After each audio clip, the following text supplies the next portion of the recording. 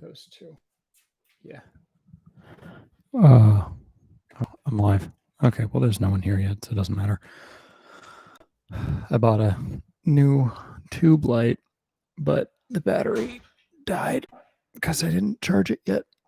So, uh, I'll charge it later. Oh, hey, Mike. And once I've charged it, then maybe I'll use it in videos, or maybe I won't. I don't know.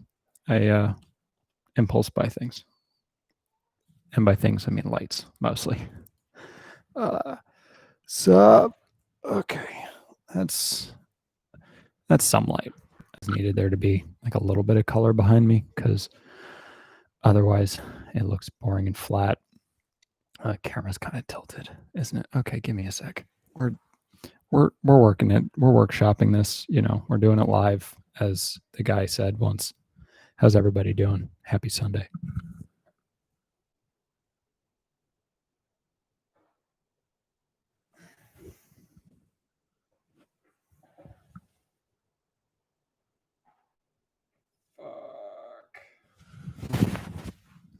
I think I made it worse. Oops. Go. Oh, hell yeah. I appreciate that. I listen to it also. Like it's just in my liked songs on Spotify, which is super obnoxious. And so it's in between like a Dreamcatcher song and like a Lil Lotus song. And I wish I'd mastered it up, but whatever. It is what it is. So yeah, I went on vacation. I just got back to the city an hour and a half ago, 2 hours ago, ish, something like that. And I was like, I'm not sure if I'm going to get a video out this week, so let's do a thing where I sit in front of a camera and talk in a thing. It's also been like 3 weeks since I last did one of these, I think. I don't know. Time's weird, right? I've been saying that since the first time I did one of these, which was probably almost 6 months ago now. Maybe it was more than 6 months ago. When the fuck did I start doing these? I don't know. I got a new phone. I'm currently setting up. A lot of shit arrived at my apartment while I was away, and so it's like, thank you, Oresti. I appreciate that. I was happy with how it came out. I like let my hair get long enough to do emo bangs. And there was like a lot of sort of production on that one. Yeah, I bought a C-stand, like a proper C-stand like they use on sets, for the sole purpose of being able to use like an overhead light, so I could get like the little bit of green there. I'm not sure I'm gonna do that kind of thing frequently, but I like having the ability to sort of go hardcore cinema in times when it feels necessary. Obviously, as you can see, I'm not doing it right now, but that's okay. I forgive myself. But I'm glad you enjoyed it, and that, I mean, people in general seem to. I've had multiple people tell me that it is not, that the Hanagram is the official name of their ship, which is too bad, because I really think Lecterham was the best option. But you win some, you lose some. Sometimes people just make bad life decisions. I don't know. I don't really know how long this is going to go on. I don't have any plans. I figure it'll be over before 4. If not many people show up, it'll be before that. But obviously, I'm perfectly capable of talking for periods of time. So my trip was good. So I went to Maine. That's why the picture is me in front of water and trees. I basically wanted like the polar opposite of, like I look out my window and I see I'm not going to show you what I see, but I mean, you know what I see because you can see it out of focus out of the back of like most of my videos. I just see apartment buildings, whereas on this trip, let's see if I can pull up the phone. Sure. Ugh.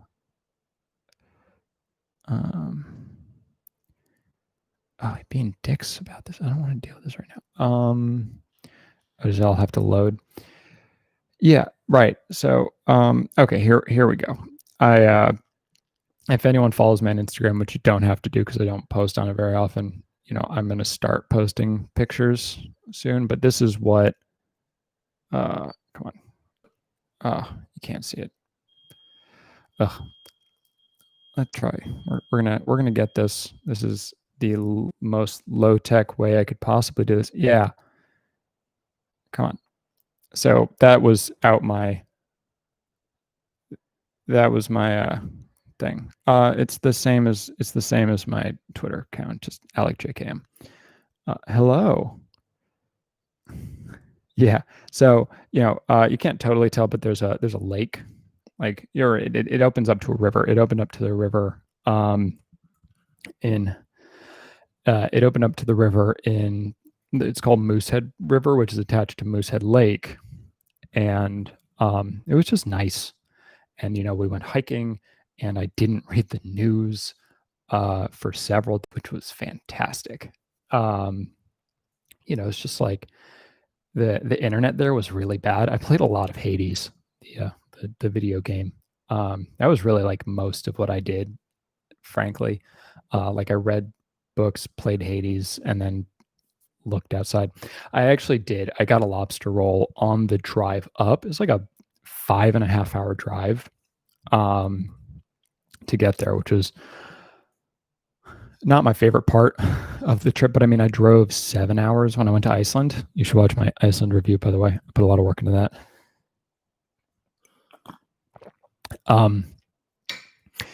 But I don't really like driving or being in cars. But the thing about lobster rolls, so I grew up in New England, and seafood was just like a part of my life. I drove through Iceland. I drove around Iceland. We did like the entirety of Iceland in 5 days, which required most days to have at least 4.5 hours of driving. The first day was 2, and then it was 7, and then it was 4, then it was 5, I think. Yeah, it'd be pretty wild to drive to Iceland. But so seafood has like always been available to me, and good seafood, but I didn't really eat seafood. I sort of didn't really take advantage of it, and now I eat more seafood just as a method of getting protein now that I eat less other meat. And but I have this, I feel like I should like lobster rolls just because. And so I get them sometimes, and I like them well enough. Like I don't love them, but but I was in Maine, and I was like, I have to get a lobster roll in Maine. And so we stopped, pulled off the highway because I needed to like stretch my legs for a little bit. And there's just a place that had a lobster roll, and there was like a sign that said they won some award for like the best that part of Maine's Maine lobster roll. And it was fine, whatever. No, I mean, I've had a lot of them in various places. I've probably had a lot is relative. I've had at least 6 in the last year, 2 years.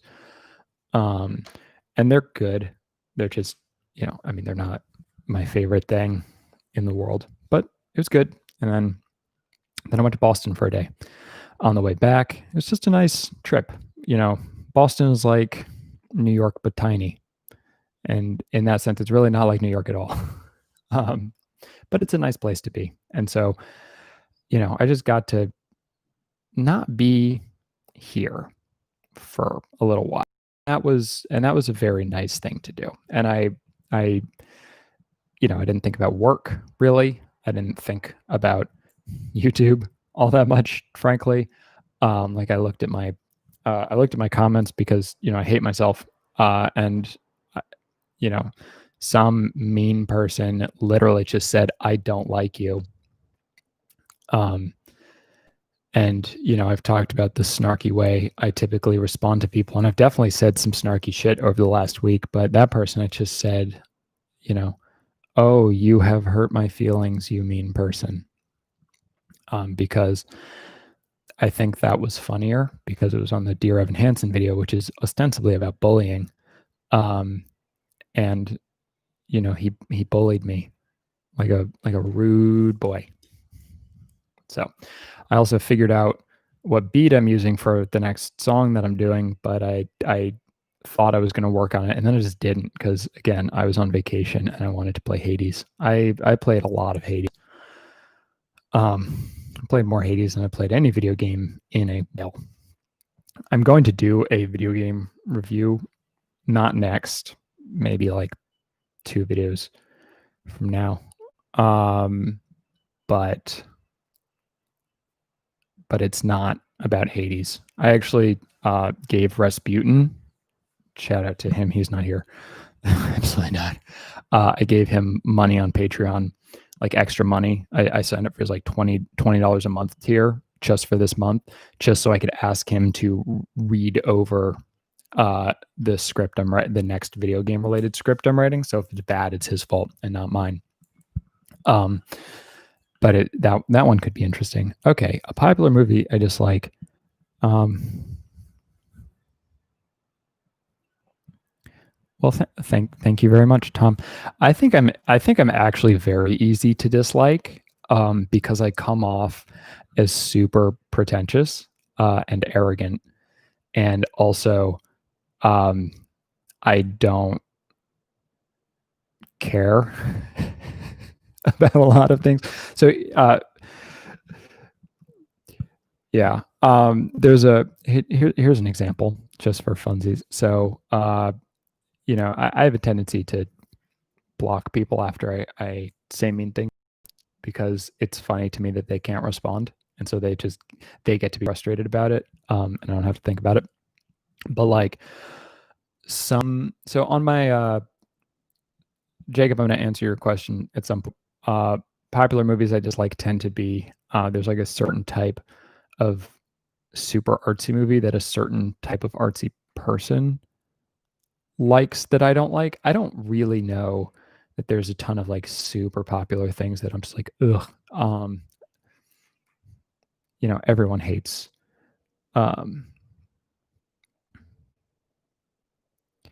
So I think the problem. So I mean, there's a handful of my thoughts on 2001. I think that match cut of the bone to the spaceship is a little overrated, and I saw it in 65 millimeter, and man, that ending was amazing. Yeah, the commenting thing, totally blows my mind because it's just like the real reason I think it's overrated is because it does not perfectly match. Like if the bone was actually in the same place as the spaceship, I would like it a lot more. It's just like, I get it. Like I see what it's doing, but it's not nearly as clean as like a match cut in literally any K-pop video, and it's like, yeah, sure. You did it in the 60s. Obviously if he had CG, he would have, you should watch my video about, I'm thinking of ending things. I talk about my feelings about Synecdoche, New York while standing in the shower. Fun fact, I was actually naked while filming that. I didn't need to tell you that, but now you know. Because I was planning on just like, as soon as filming was over, just closing it and just taking a shower. And then I realized, oh wait, I actually have to go check the footage. And so I had to like put clothes on. And then I found out that I had fucked up and I was out of focus. So I had to like do the whole thing again. It was very frustrating. So one of the things people don't like about me,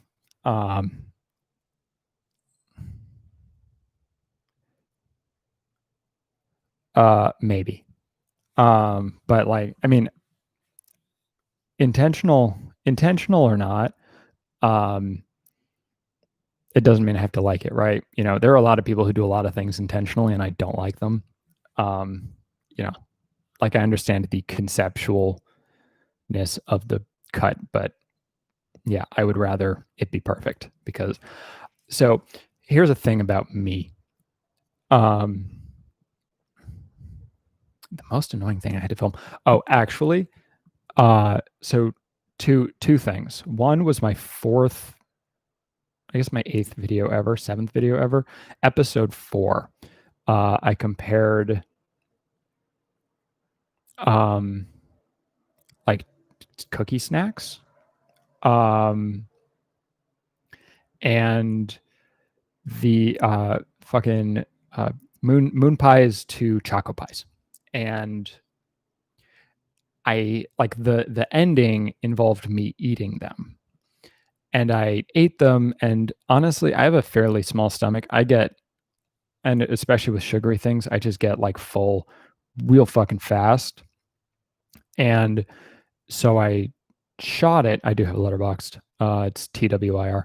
And so I shot the whole thing, like me eating the moon pies and the chocolate pies. And I already felt pretty gross at that point. It was just like one of each, but or maybe it's even half of each. I don't know. I don't eat a lot of sweets really these days. And I felt terrible. And then I realized I didn't record any audio. And so I had to do the whole fucking thing over again, which was like 5 minutes. And so I already felt gross and I had to keep fucking eating them. And that was miserable. Because I mean, back in the day,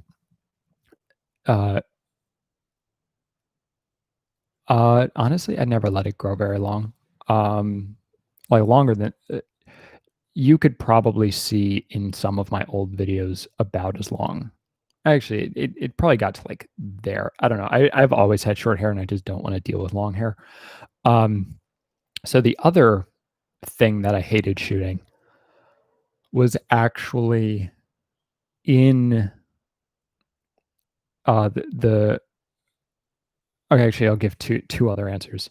The shot in my haunted house review where I fall into the hallway and then the camera like spins around. I had to do that 22 times and my elbows got really bruised up because like I basically put it on an ankle weight.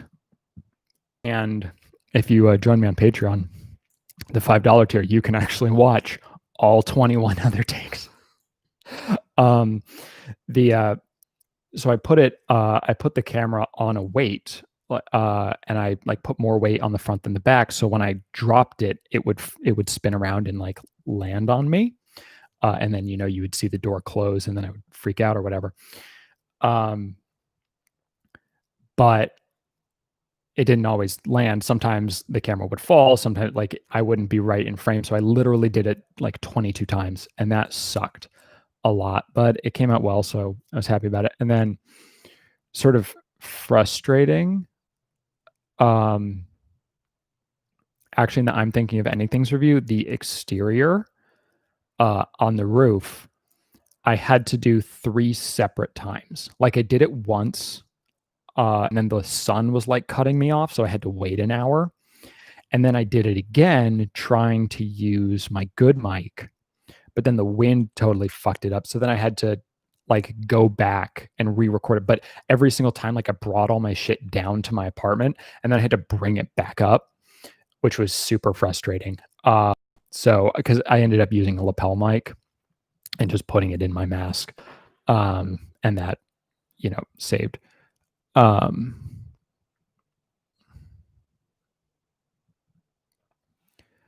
So yeah, we'll see. Yeah, but that is those 3 were really like the most frustrating filming experiences. So one thing that's different now is that now my longest, no worries, whatever. Yeah, I've only been doing this for 20 minutes. Got at least 35 left. people don't like my I don't really think people don't like my face. I'm not like I think I have a fine face. Like I think I'm above average in terms of just like general face. But people really hate my mouth. And I think they actually hate is the sound that it makes, and also that it's kind of big and I open it all the time. And they just want me to shut it. I think that the subset of people who say they don't like my face, which is a fair number of people, would actually like my videos more if I just sat there like and then played a voiceover. Thank you, Tyler. I try to get a checkup once a year. I actually need to get a checkup soon, frankly. I need to go see a bunch of doctors. My body's falling apart, guys. Like I've had multiple wrist surgeries. My body hurts all the time. I started intermittent fasting because I heard it was good for inflammation. So, we'll see if that does anything. I was trying to answer another question and I don't. Which one was it? Was I in the middle of something? I don't even fucking remember. If I didn't answer someone's question, feel free to just re-ask it. Because again, this is an AMA.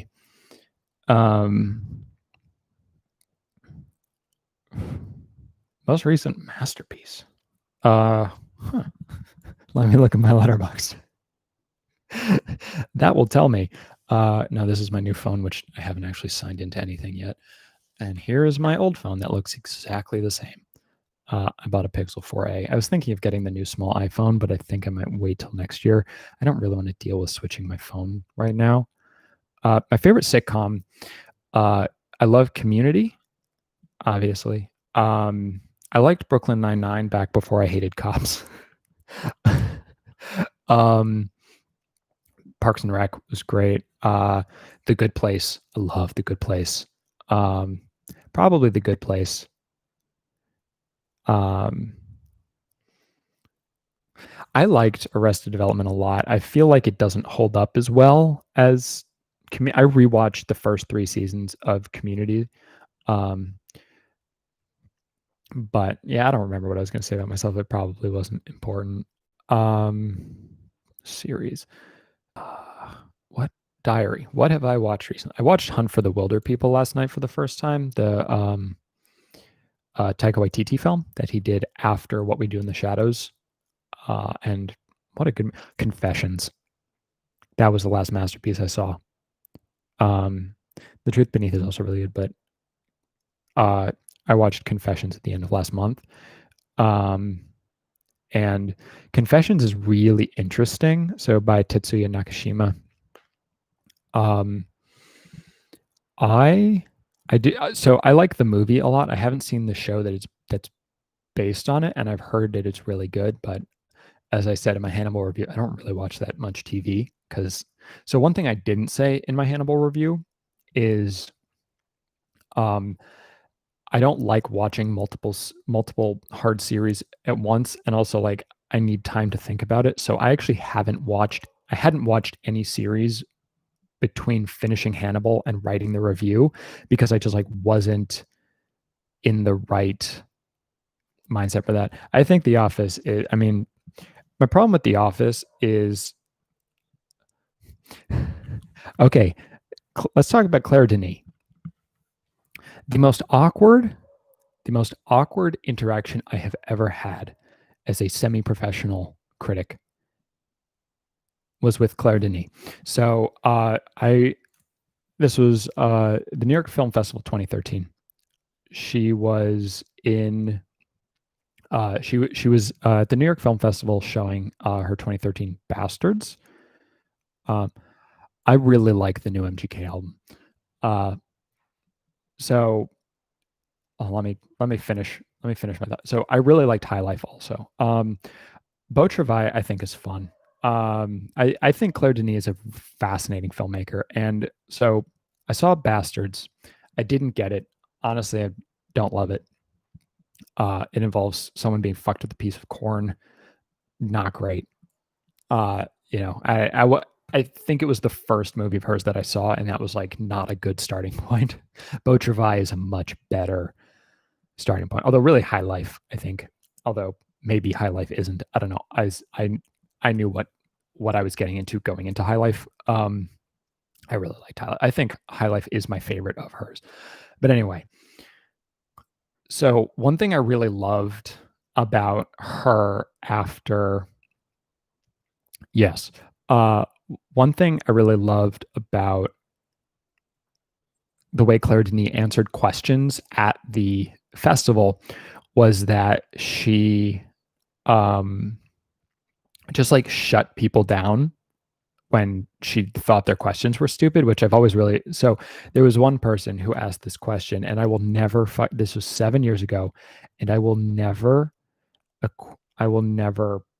forget this question. This person said, "When I'm watching a film, I like to think of the camera as my eye, and I'm a character in the film. Whose eye is this being told from?" And Claire Denis was like, "That's a dumb question. That's not how this works." And I was like, fuck yes. Like that, like what a great way to answer that question, because that person sucks and everyone in that room hates them. So yeah, I was like super, super stoked on Claire Denis taking her down. So 3 days later, I'm interviewing her for a publication that I was with at the time. And immediately, I knew it was going to be awful, because I mentioned that I liked Beau Travail, because I was like, oh, let's start off on this. Like, let's just start off like, hey, I liked one of your movies. I don't know, dude. Like, I don't know what I expected. And she just said, why? But like genuinely like irritated that I had said it. And I was like, oh, this is going to go real bad. And I was right. So we talked for like 30 minutes, and it was so fucking awkward the entire time. And I think it was really typified by a moment when we were talking about Korean filmmakers, and she mentioned that she really likes Hong Sang-soo, and I just really don't like Hong Sang-soo. Actually, to answer Jacob, was that his name? Justin, Jacob. I'm just gonna say, yeah, Jacob. To answer Jacob's question, I really, really dislike the work of Hong Sang-soo. And I was like, I don't like, and she was like, that master Hong Sang-soo. And I was like, I'm not a fan of Hong Sang-soo. And she's like, well, who do you like?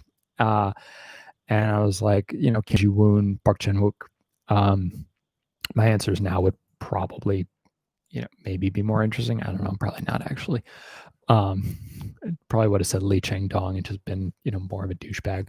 Kim Ji-woon, I think, is the best answer to that question, because it's just a more, if you're going to go for like the big names, he's more interesting, because all of his movies are different. Everyone likes Bong Joon-ho.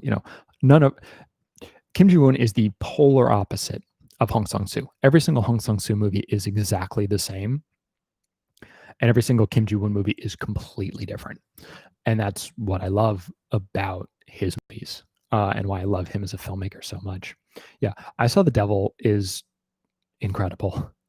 Like literally every one of his movies is fantastic, or at least great. I talked about them in a video, because like I've mentioned all of them briefly. Like even his less good movies are still fascinating, and like it took me a really long time to see The Last Stand with Arnold Schwarzenegger, and like it's so fucking good. But anyway, so yeah, I was like, I like Kim Ji-woon, or I might have said Park Chan-wook, it doesn't matter.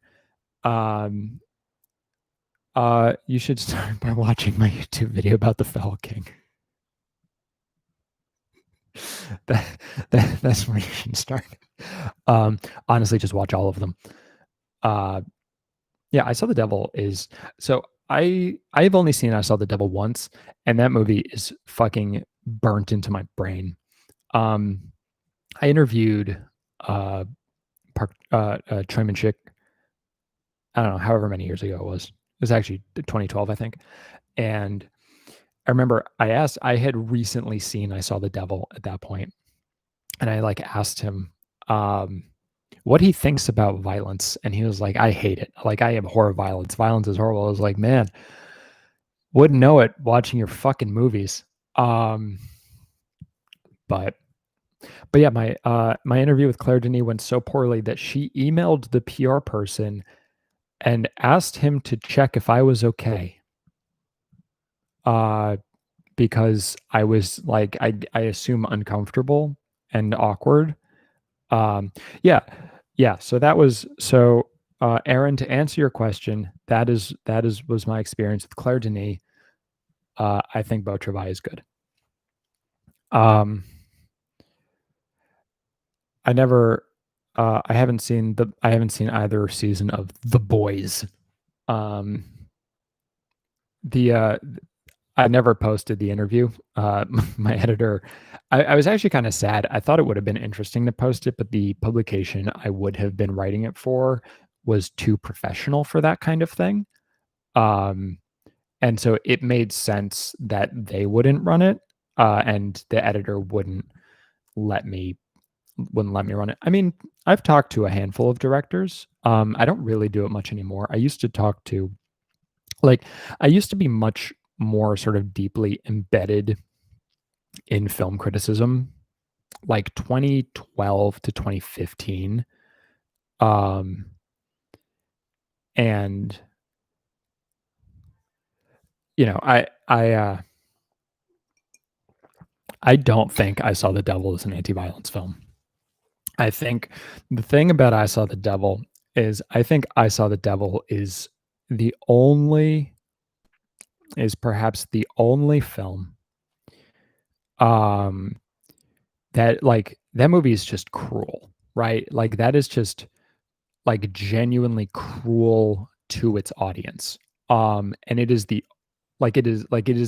truly sadistic film, and it is the only film that I've ever seen where the quality of the filmmaking uh makes oh, hey, Gabriella.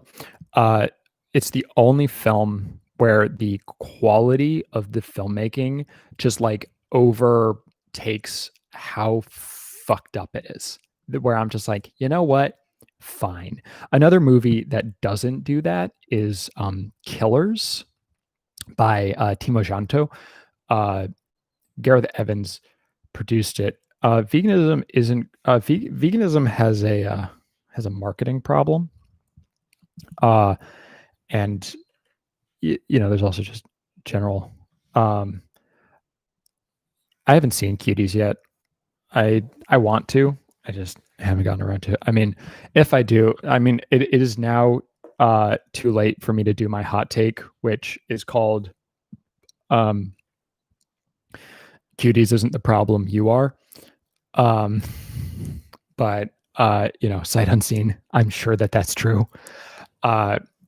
Because the way I think about knowing generally what Cuties is about, the weirdest thing I've seen in New York. Oh, so to finish that previous thought,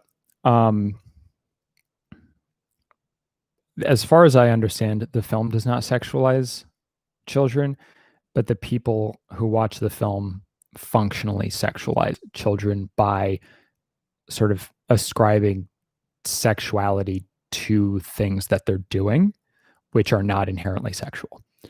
And that is really the problem. Like, the problem is not what the kids do, it is the way that adults experience what the kids do,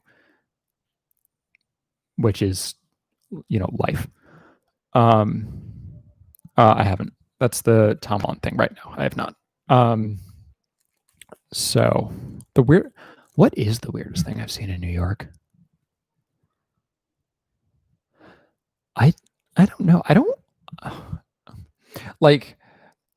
I saw a dude who looked like he was in the middle of ODing on heroin. But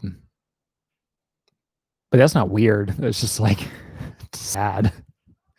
I've seen One thing I saw that was very cool, not weird, but cool, was I saw them filming one of the Fast and the Furious movies, and so like I saw the cars coming and like the car with the crane, like as they were riding through the streets of New York, like that was really cool. I mean, I don't know that he was ODing, particular. Like basically, what happened is I was on a train. I was um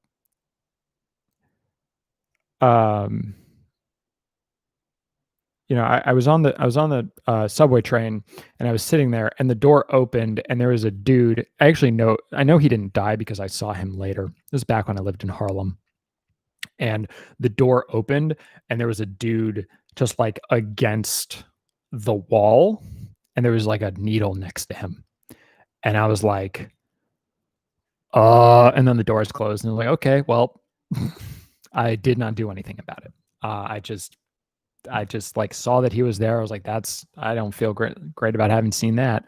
Joe Taslim's great.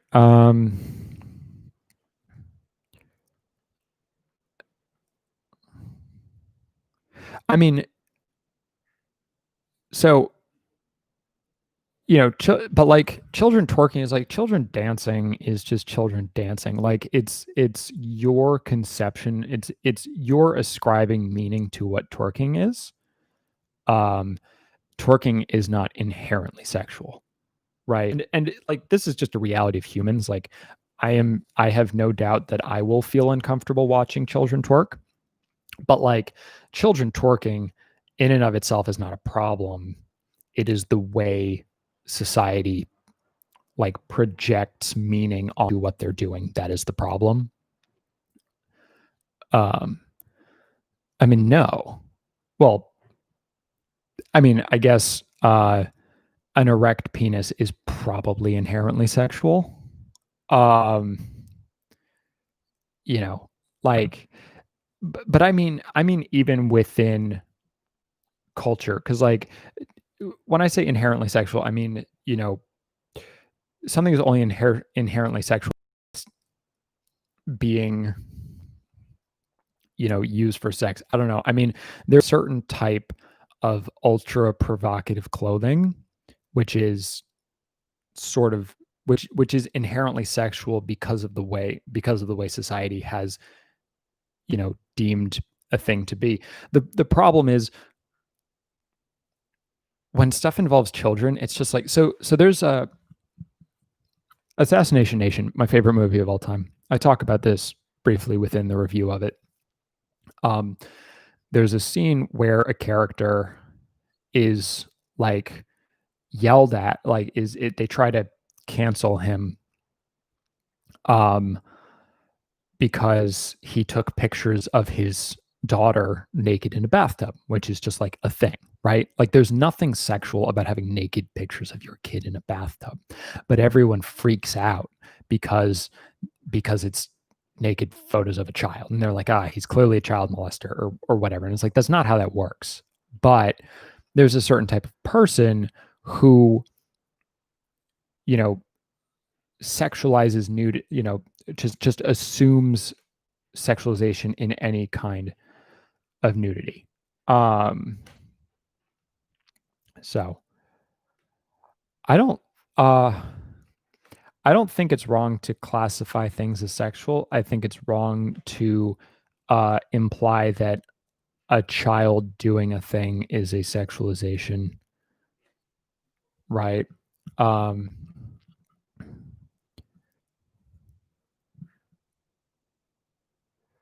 yeah, I mean, it's just like I think people are I think people are just looking for a thing to be angry about, as though there aren't enough fucking things to be angry about in the world. Um, but yeah, I mean, I'll see it at some point, and then I will probably have more. I will have more specific feelings, but like I have, those are my sort of broad feelings. Um, context is important, and nothing that children do is sexual. Just period. Like, like nothing. Um, and so to ascribe sexuality to anything is says a whole lot more about you, right, than it does about the kid, because the kid's just being a kid, and they're if a kid is replicating something that they saw, it is not um sure. But we're talking about children and nothing should be, no matter how you look at it. There is no version where you should look at a child and be like, ah, yes. I'm really glad. One of the things that's nice about this is I'm not popular enough, and I will never be popular enough for things to be taken out of context. Like there will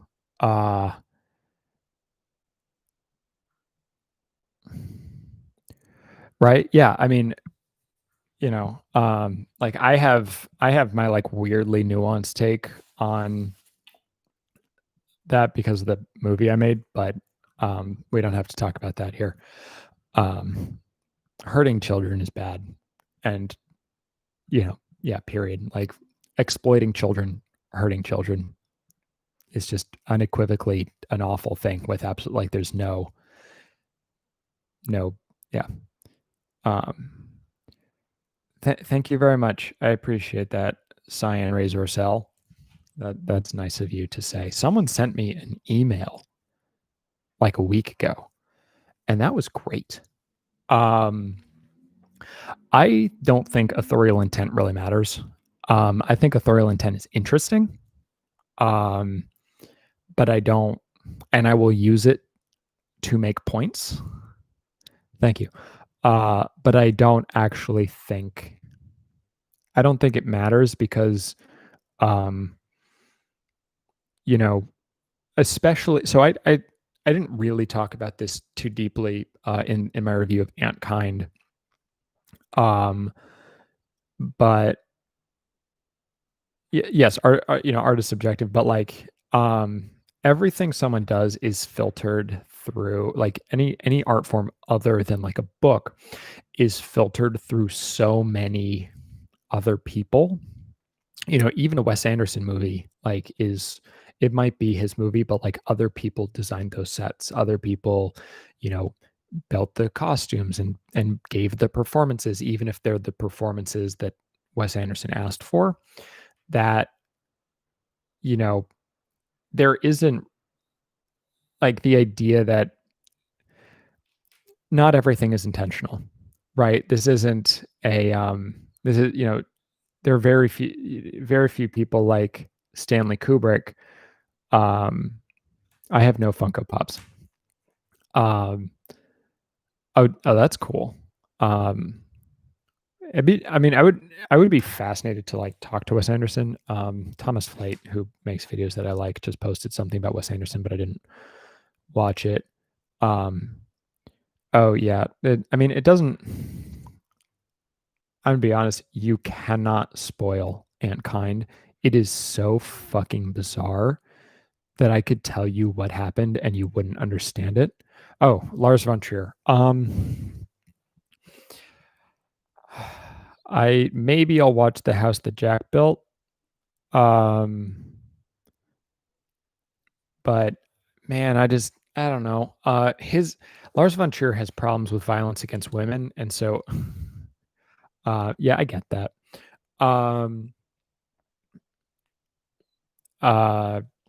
And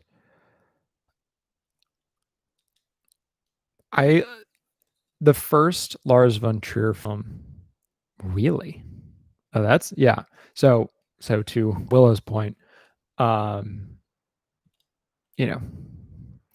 and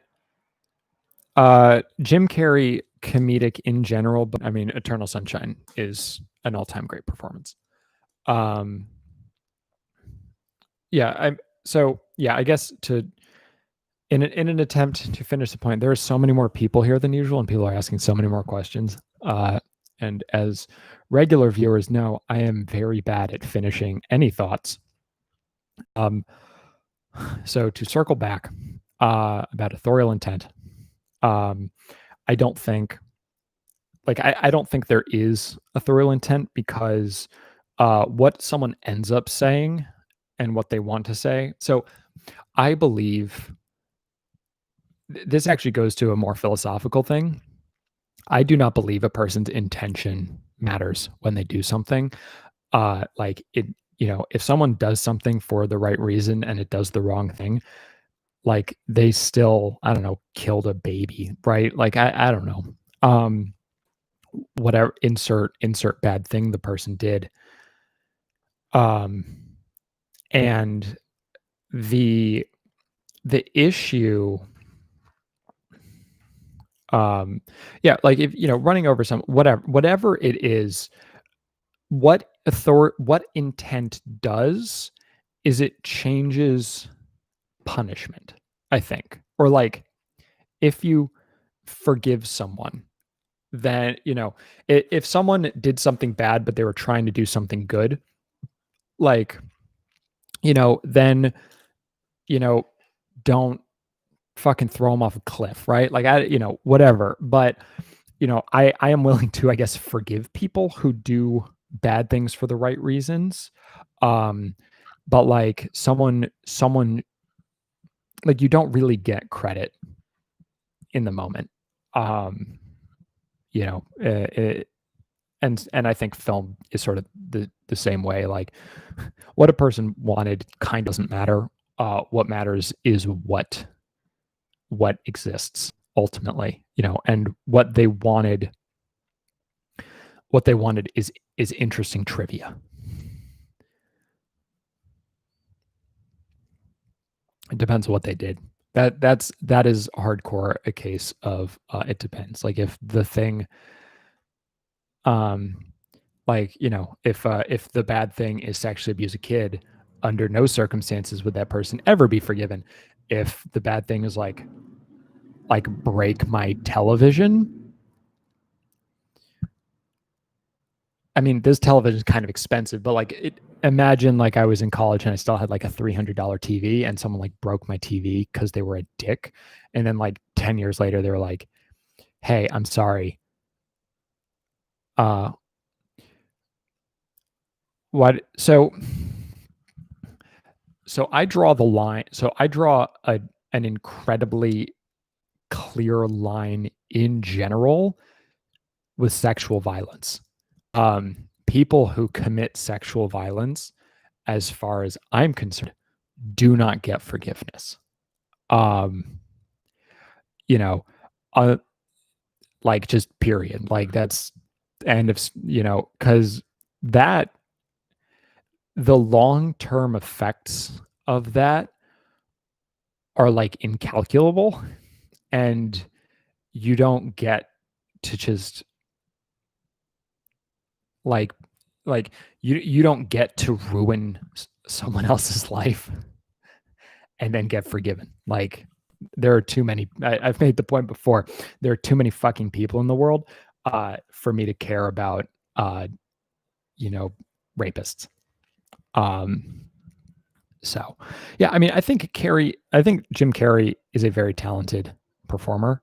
But I actually want to make a point about killing children.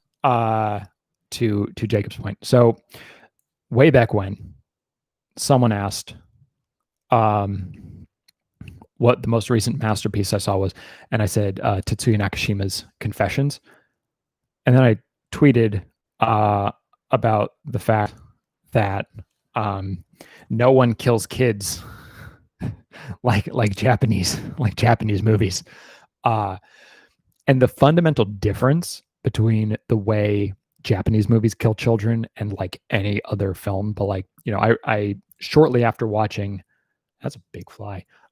Shortly after watching, I have a review of Audition. Feel free to watch it. I'm not gonna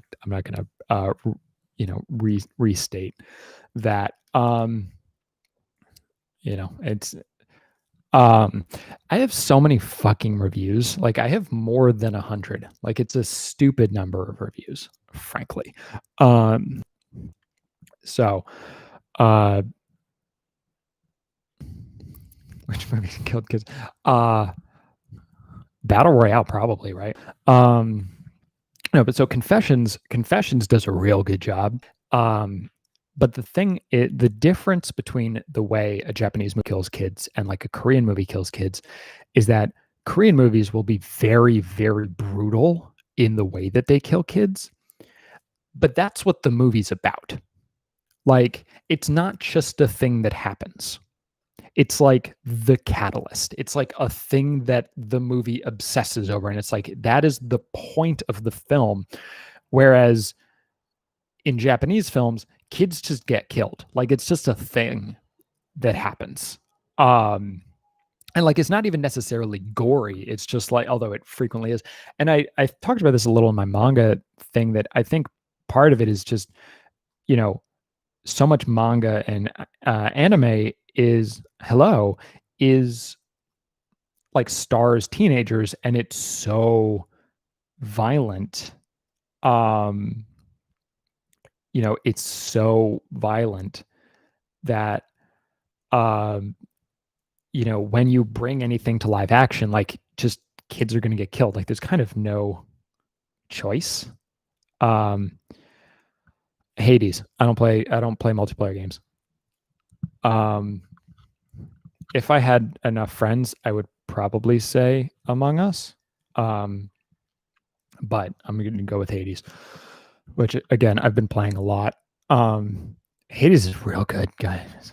Like, I was on the train earlier, and I made it to Hades twice, and I still haven't fucking beat him. Very irritated, but it's fine. I fucked up. I had two like extra lives, like 3 rooms before the final guy, and then I just lost 2 of them immediately. Like, I just fucked up real hard, and then whatever. That's not what I was getting to. Someone else asked me a question. But Confessions is really, really good and really difficult. Yes. It is. It's so weird because it's basically like 2 hours of exposition, but the exposition is like so fucking wild. And the guy who directed it a few years later, made a movie called The World of Kaneko, which I fucking hate. Like, I absolutely fucking hate The World of Kaneko. And actually, that movie changed the way I watch movies. That was the last movie I watched that featured like a bunch of rape before I was like, I don't need to do this anymore. Like, I'm done. Like, that was the movie that just like, I was like, it is so like prevalent in that fucking movie. I am a teetotaler. I don't even drink caffeine. However, I've been thinking about this recently. Theoretically, I would be interested in psychedelics in a way that I'm not interested in like anything else. Simply because I think if you're going to if you're going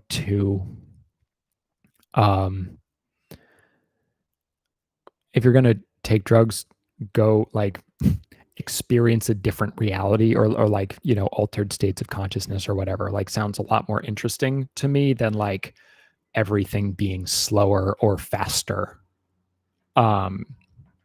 So that's how I feel. But I've never intentionally had alcohol. Except in food, obviously. But yeah, no, I do not partake. I have not seen #Alive. It's on my list.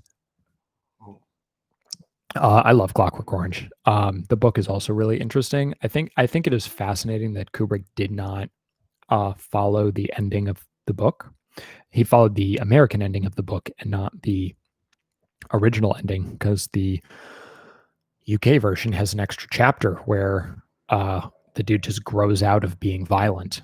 And I think that's really interesting. And I think his decision to end on the point of actually, no, this guy's just bad forever. I think it says a lot about his worldview. I mean, no, it's literal. So when Anthony Burgess's book was released in the US, they literally just cut out the 21st chapter. So the American version of the book is just, 20 pages shorter or whatever. It's the same book until that last chapter, which is super weird. A while ago, Alexia asked what my name was, and it's Alec, which is why I like his name or her name. Their name. We'll go with their.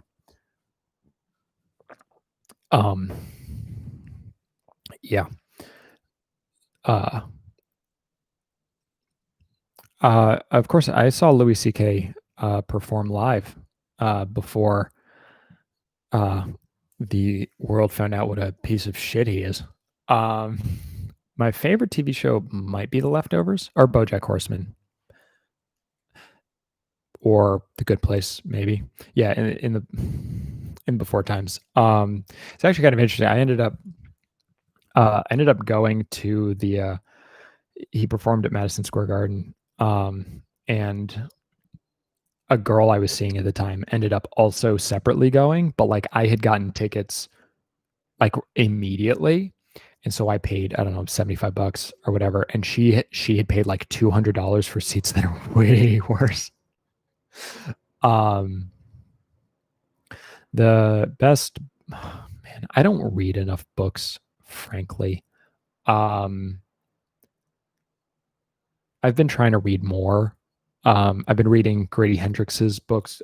I like Grady Hendrix a lot. If you like horror books, My Best Friend's Exorcism, Southern Book Club's Guide to Vampire Slaying, like I love Grady Hendrix.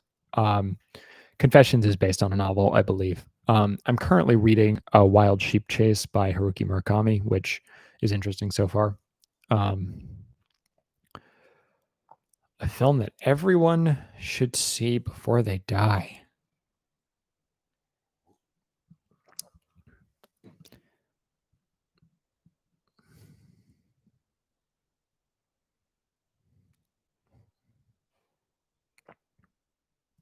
I've watched 30 Rock. I like 30 Rock.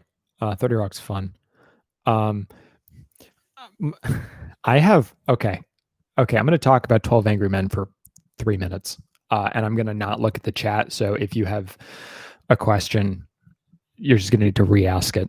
Okay, so I was in the play version of 12 Angry Jurors because we co-edited it. And I did not see the movie before we did the performance. I was juror number 12, right? Who's like, I'm an ad guy. I work in an ad agency, blah, blah, blah. We actually just stole so the play script ends differently than the movie does. And I remember being very confused about the way it's not the same story.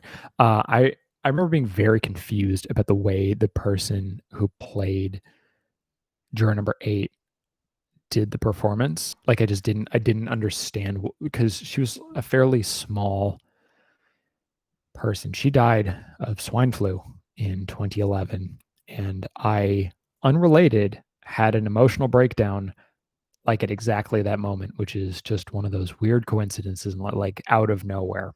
But that happened, so that's very sad.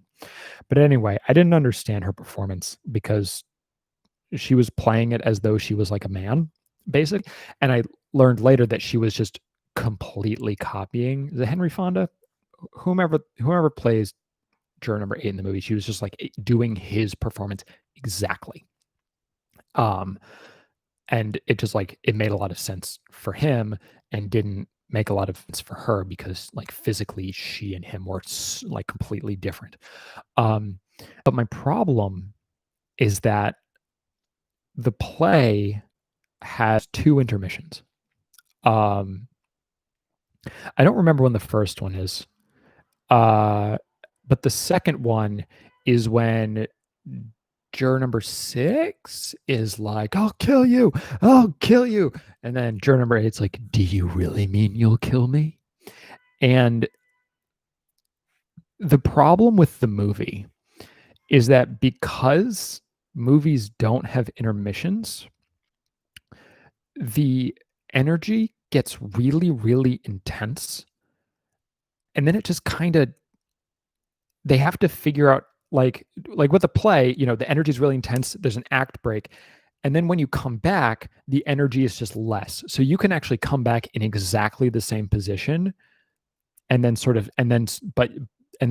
build up the energy from scratch, which you can't do in a movie because you just can't do that, right? Like you are in it the whole time. And so like they have these really intense moments and you're like, oh, it's intense. And then they just stop. Like they just go and stand in other places and let the uh world uh let everyone cool down a little bit. And that makes the story weird, or it makes the energy in the film weird in a way that it's not on stage. That is how I feel about it. I think it's incredibly well acted. It's incredibly well written. But I think, yeah, but there is, but it's not like exactly. But even so, the point is that like it's not about the actual editing. It's about the way the audience feels. So, you're heightened, you're like, I'll kill you. You're not really going to kill me, are you? And then the next part of the dialogue isn't about that, right? Like everyone just sort of goes back to their seats and then it continues. But like the intensity drops dramatically, and having an act break drops the intensity for you, which is kind of a cheat in a sense, but the movie doesn't do anything to make that drop in energy natural. The confrontation just ends and everyone's like, well, I guess he's right. And it's like, so that's how I feel about. So I like it, but I like the play. I like it better on stage. So yeah, so that's how I feel about that's how I feel about 12 Angry Jurors. So I mean I like it. The front page is also like that, sort of differently. It's not called The Front Page. What's it called? His Girl Friday. I was in the play version of it, and the movie I just don't think is as good as the play. I haven't seen the direct adaptation of The Front Page starring like Jack Lemmon. I'm sure it's good. I don't know. They change the relationship between the main two characters to be like husband and wife instead of colleagues, and I think what that does to that relationship is like I think it's kind of weird, and certain things about the way they change the antagonism just makes it less good than the front page itself. Antifa is the Anti-Fascist Handbook. It is a book. Spirited Away is the first movie I remember seeing in theaters. So it will always be that one, just for that. Any good direct film adaptations? That's a really interesting question. I've heard that the Hamilton filming is good. I didn't see it, but I've heard it's good. I mean, the problem is you really can't. Like, Rope is really interesting. Yeah, I think Rope is interesting. A lot of I'm trying to think of movies that feel like plays as much as anything else. I'd have to think about that some more.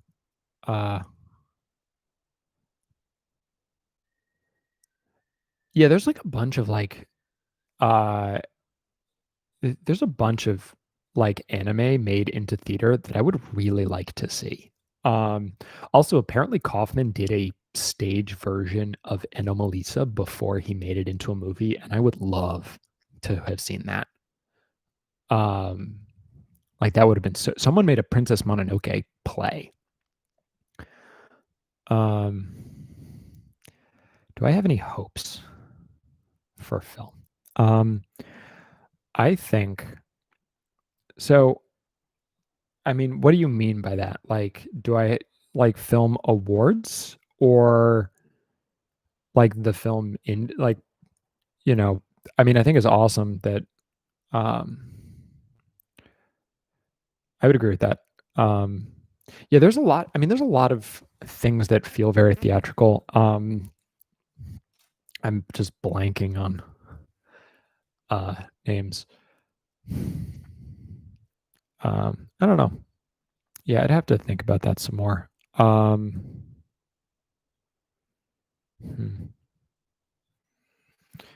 I don't know. But yeah, Jacob, clarify your question.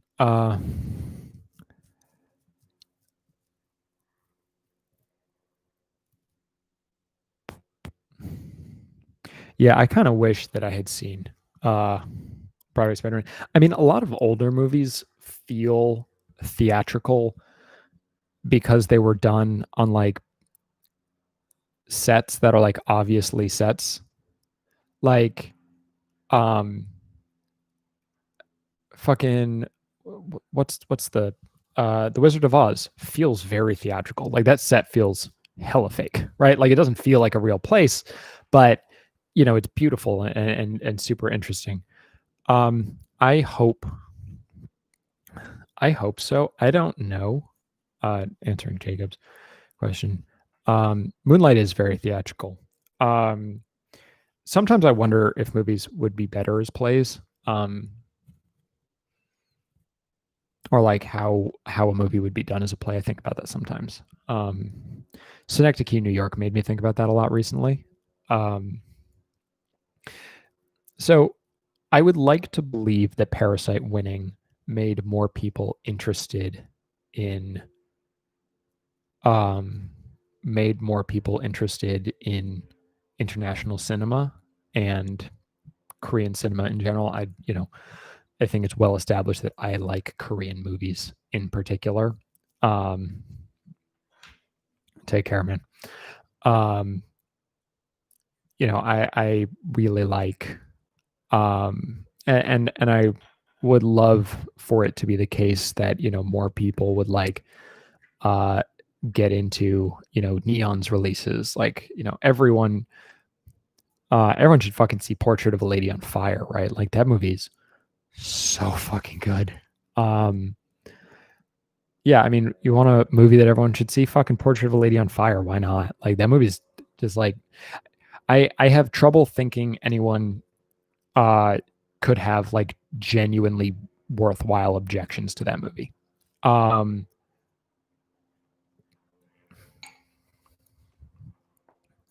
the best picture was Parasite. Um for sure, probably. What's one best picture? I don't even remember most of them. 12 Years a Slave. I love 12 Years a Slave. I am so fucking hype for Small Acts. So uh for those I have not. For those who do not know, Steve McQueen, who did Shame, 12 Years a Slave, Widows, his next project is 5 movies in a collection called Small Acts, which is coming to Amazon Prime at the end of November. And 3 of the movies played at the New York Film Festival. And um, someone who does not like Steve McQueen's work, like it doesn't work for him emotionally, messaged me about all 3 of them and said he fucking loved them. So I am extremely excited. Like that's my most anticipated thing of this year. Because I love Steve McQueen's work. Like Widows, I am so sad that Widows was a commercial failure. I saw it at least twice in theaters, and I think I saw it 3 times. So it's definitely not my fault, and it's everyone else's fault. How dare you not see it? Um, Favorite fictional character. Hmm. I met Damien Chazelle, and then I talked to him on Facebook, and then he won an Oscar, and he didn't want to talk to me anymore, which is fair. um, I love Whiplash. What a great movie.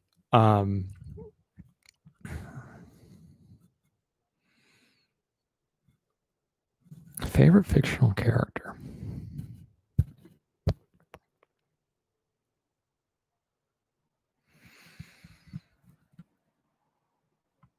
Hell yeah, dude. Do it. Do it. Second favorite Pokemon. Do you think Psyduck's my favorite Pokemon? No, I bought Psyduck. I bought this to put in the thumbnail of my worst best picture of the decade. I have to look at what won best picture. What is my favorite? What is my actual favorite Pokemon? Squirtle, maybe? I don't know. I always choose the blue ones. Guilty pleasures. I'm conflicted about the idea of the guilty pleasure, you know. So this was my experience with Damien Chazelle. We were both at a New York Film Festival party, and I saw him there, and I like stood. I'm very awkward in person. Like I'm incredibly awkward, especially in group situations. I really don't like group situations. So but I saw him and I was like, I want to hug him. I like hugging people. I've hugged a lot of people who I like a lot. Obviously, I ask for permission. I don't just hug people. And so I saw him and I was like, and I had just seen Whiplash because it just played at the New York Film Festival. And I was like, hey, I loved your movie. Can I have a hug? And he was like, sure. And so he got up, gave me a hug. He's like, what's your name? I was like, Alec. And he was like, I'm Damien. I was like, I know. I loved your movie. And then I walked away. But like I wrote a really positive review of his movie and I like found him on Facebook and I was like, hey, this is, in case you're interested in what I said about your movie, I liked it a lot. Here you go. And we had like a brief back and forth. And I think he was like, if you're ever in LA, let me know and, we can get coffee or whatever. And then after he won some award, I was like, congratulations. I think it was actually after he won his first Oscar. I don't even think it was like for the later one. I was like, congratulations. And he didn't respond, which fair enough. I'm just a fucking guy. But those are my experiences. It was like a couple of brief conversations. He's a, pleasant person. And I'm, glad that he's doing different things, even if they're not, even if they're not the best, things anyone's done. His vertical cinema thing is like an interesting experiment for sure. Why not? So yeah. Yeah, I mean it is very possible that he didn't see it, but also like I'm not gonna waste his time. Right? Like it doesn't matter. Whatever I have to say just is completely irrelevant, frankly. So yeah. We're coming up on an hour 15. So any other questions? Since this is the AMA episode of all of these are AMA. That's all these live streams ever are. Nocturnal Animals. No, that's Tom Ford, right? I heard it was interesting. But I didn't see it. I didn't do anything wacky. I just hiked. How am I doing? I am okay.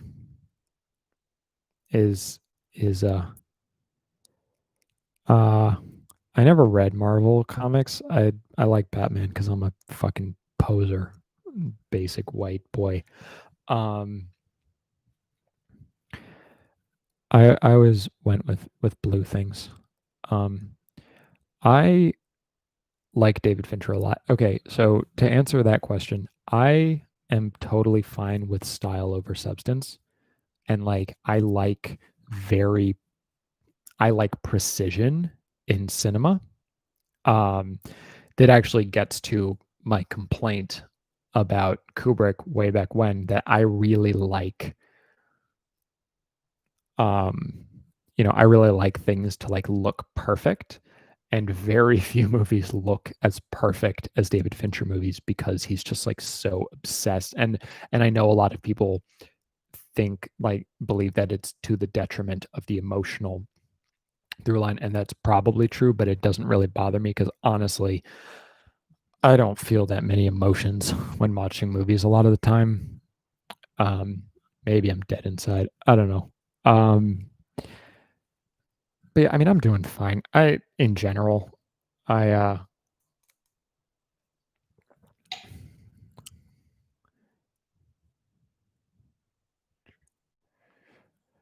yeah, I love Zodiac.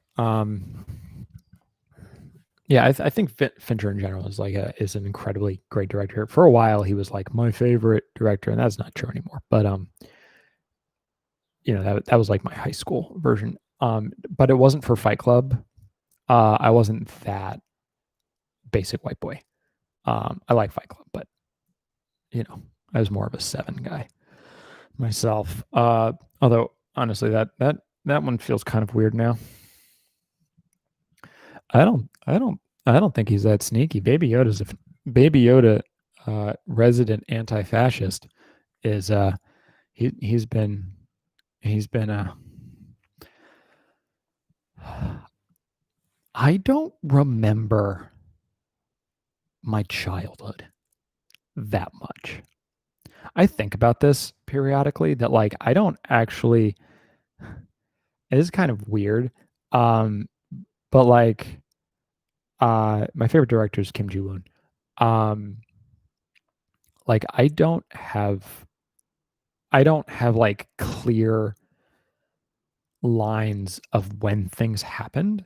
So like I don't know when I saw things or when I liked things. So I'm gonna say my favorite childhood movie was Requiem for a Dream, because that was my favorite movie when I was in high school. And that makes me and that being my favorite movie basically made me a child. Um my earliest memory is a birthday party, but I don't know which one. Like I have a lot of memories from when I was young, but like I can't place them in time. Um, like I remember playing Pokemon on my Game Boy, which would have happened around 1998. Um, I remember doing things.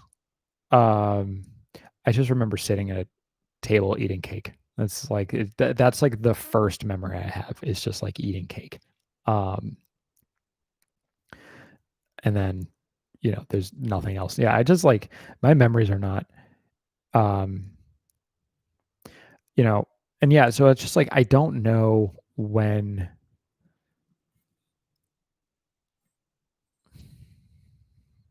I don't think Scott Pilgrim is a particularly pretentious answer. I think that's an interesting answer. I mean, my favorite movie is fucking Assassination Nation. I'm not allowed to judge. And before that, it was fucking Joseph Kahn's Detention. I'm not allowed to judge. Anyway, that's a lie. I'm absolutely able to judge people, and I judge them all the fucking time. Um,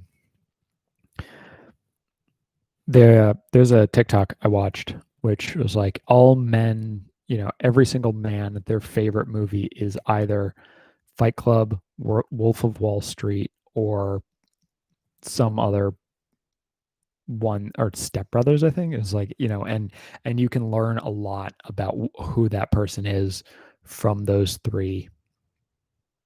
Um, oh, I see what you meant. Sure thing, dude. Take care. Uh, uh, I don't remember what I was saying.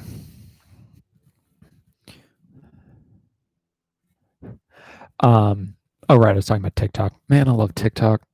Um, but I remember watching that, and the story was actually about the fact. I know you are. I don't.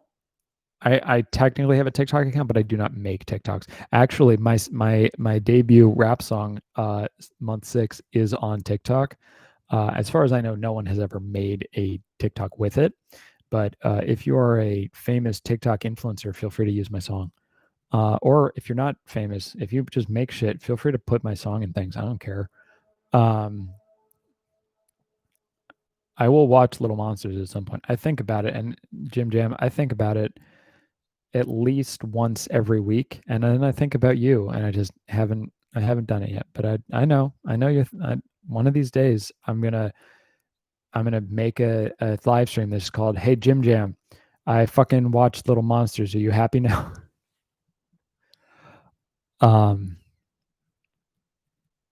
I don't have any intense. I don't have thoughts. I don't have any thoughts about Antonioni. Really, I don't. Honestly, I haven't seen enough Italian cinema. The most recent Italian movie I saw was La Grande Bellezza, which was fucking great. I put off watching it for a really long time, but man, is that movie good. So you haven't seen that, like, by Paolo Sorrentino, like, real good. One of the only times I have ever been up past 3 a.m.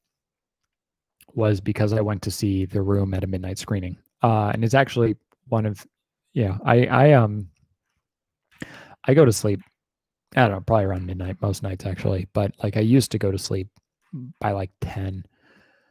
And like I would never go out late. The only time I've ever like gone out to something for midnight was that. I guess technically no, but I went out at 9 p.m. to wait in line for the Nintendo Wii in 2006. What a time to be alive, right? Jeez, that was 14 fucking years ago. Ugh. But one thing that's nice is very few people who watch my YouTube channel are younger than that. I hate the idea that children watch my YouTube channel. Like I really, really do. I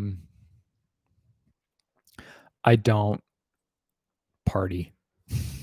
So to answer a question from a little while back, the older I get, the less weird it is that I don't drink alcohol, because by the time I'm almost 30. Well, at least you're not 17. I mentioned in my like 2-year thing that there was this girl who messaged me on Instagram and was like, asked me some questions or whatever. And she was like, I'm 17. And I was like, I feel extremely uncomfortable right now. And then she messaged me, like, I knew she would watch that video. And then she apologized. And I said, thank you or whatever. But like, yeah, I don't want minors here. Right. Like, I mean, so the majority or the plurality of my audience are people like me, people 24 to 34. What? Why? There's like, I mean, I guess I don't really know why anyone watches. What the fuck? Just lie to me. Just say you're. I hate all of you. Not necessarily, but like, this makes me uncomfortable. Like, I am almost twice your age. Like, so thank you. It does make me feel better. Yeah, I'm getting old, and I'm totally fine with that. I'm getting old, whatever. But no, like, so I'm in my late 20s, right? I turn 30 next year. Why was I talking about this? How did this come? Oh, right. The older you get, the more drinking a lot seems like alcoholism. And so the less and less weird it is that people don't drink. And I think your late 20s, early 30s is around the point where people stop like trying to force alcohol on you. Like in college, it's awkward because like everyone is very bad at socializing, and so they just assume you have to be drunk in order to like be a functional human being, like in a group context. And honestly, I'd probably be more pleasant in a group context, but maybe not. I don't know. I've never been drunk, and I don't intend to change that. You know, but the hell yeah, 28-year-olds of the world unite, right? But anyway, so like the majority of my audience are white men from the US, ages 24 to 34, like is the majority of my thing. The people who come to these live streams is totally different. Like y'all are from everywhere, which I really appreciate. Like I love that about this. At least you're not, and at least you're in your 20s, right? Like no offense, Willow, Mike, and Sid. But like, Willow, you really do. You're just like you're not any of that. Maybe I don't know if you're white, but you're definitely not the other things. I mean, I don't know what any of you look like, right? Which is interesting. So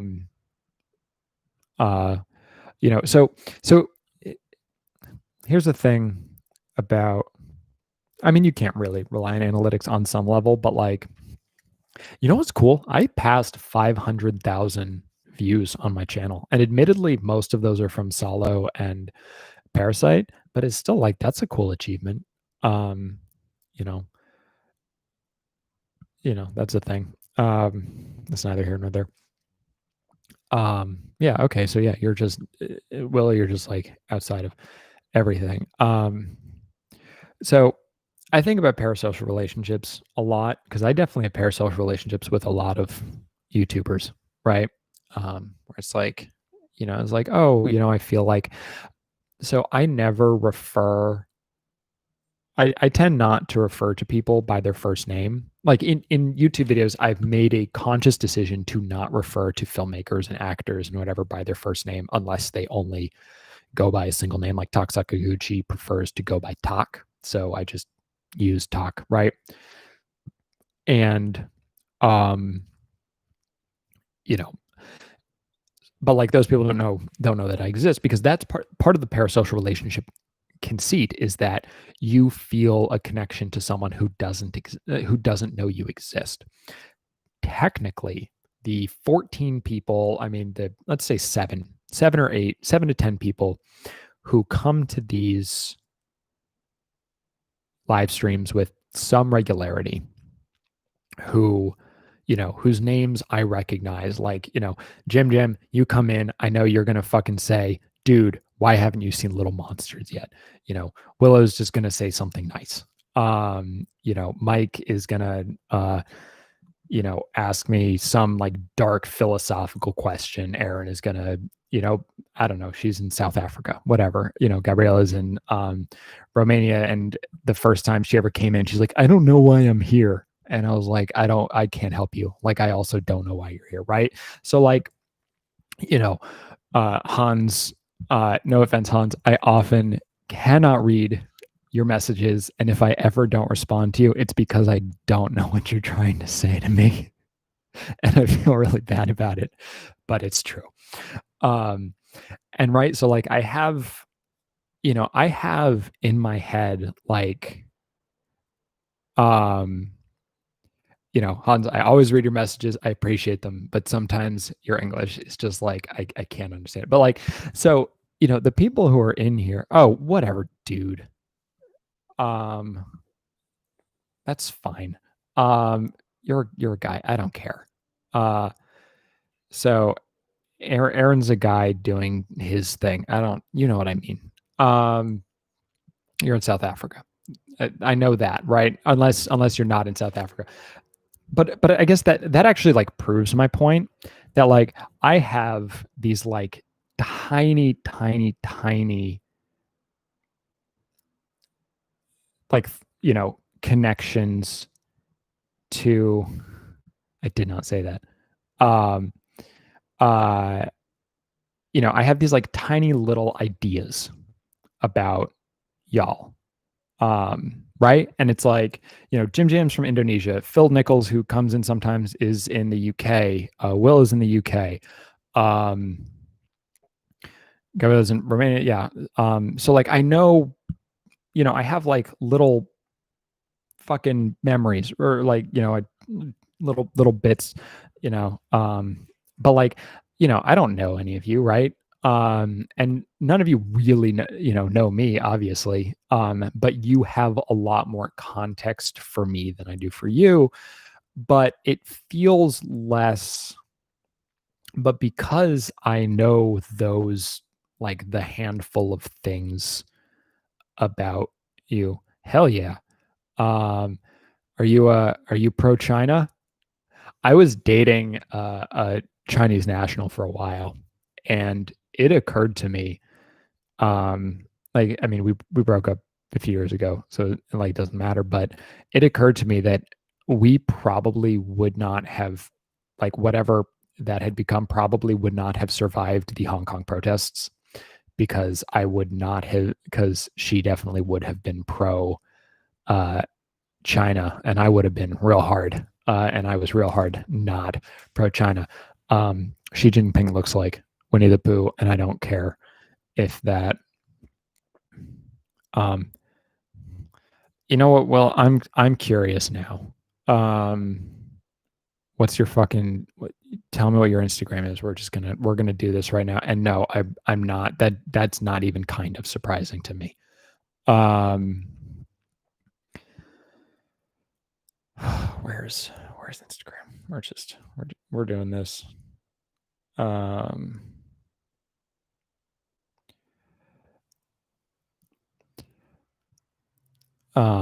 this is what's happening.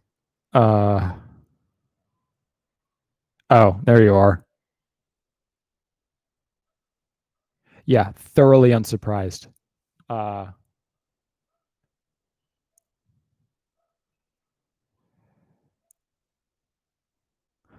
interesting. Yep, thoroughly unsurprised. Yeah, no, I found it. You just followed me. That's yep, interesting. Okay, 9 out of 10. Yeah, okay, that makes sense. Um, so here was a thing that happened.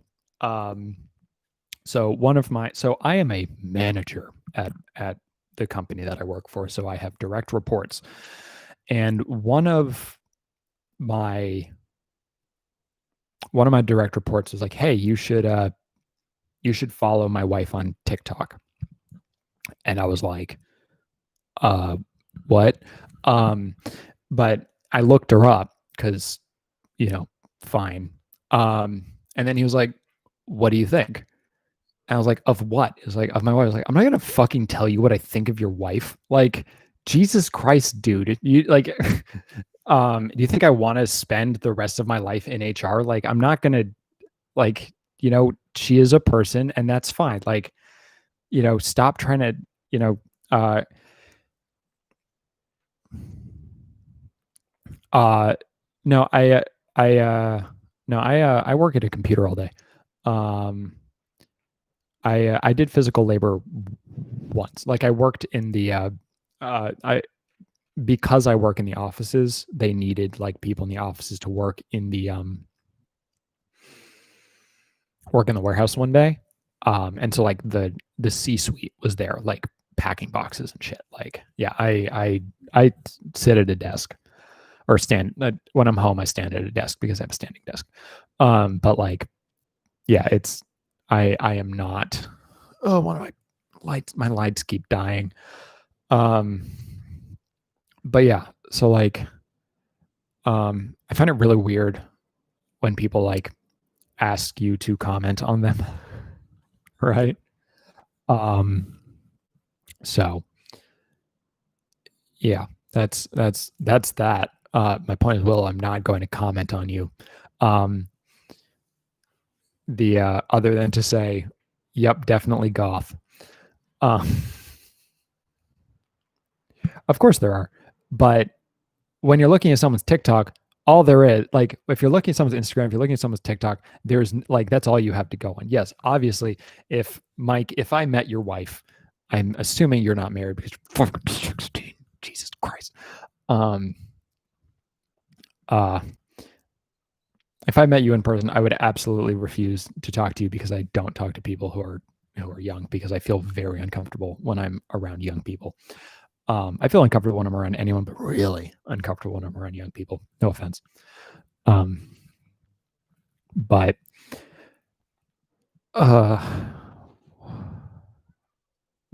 yeah, but like, yeah, if I talk to someone, if I met his wife, I'm sure she's lovely. She seems very interesting. She's had a very interesting life as I understand it from what he said. But like, I watched your TikTok. Honestly, it wasn't very funny. I made a movie called Not Too Young, which is funny. How you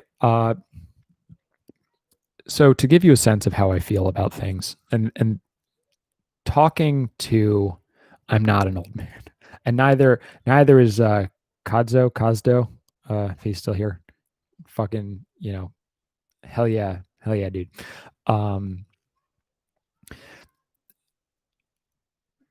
Obviously, this is a different situation. But when I was 20, Kazos, yeah, hell yeah, dude. When I was 26, how old was I when we met? 26, right? 25? I was either 25 or 26.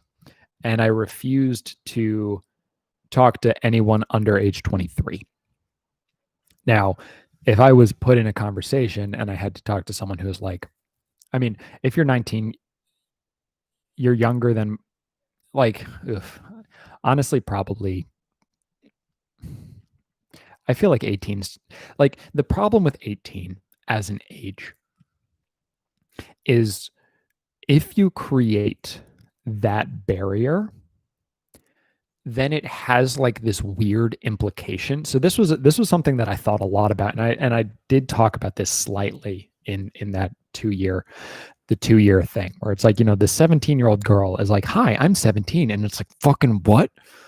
Don't tell me that. And it, like, I'm not gonna say, "Hey, don't talk to me until you're 18," because then it's like what the fuck does that mean?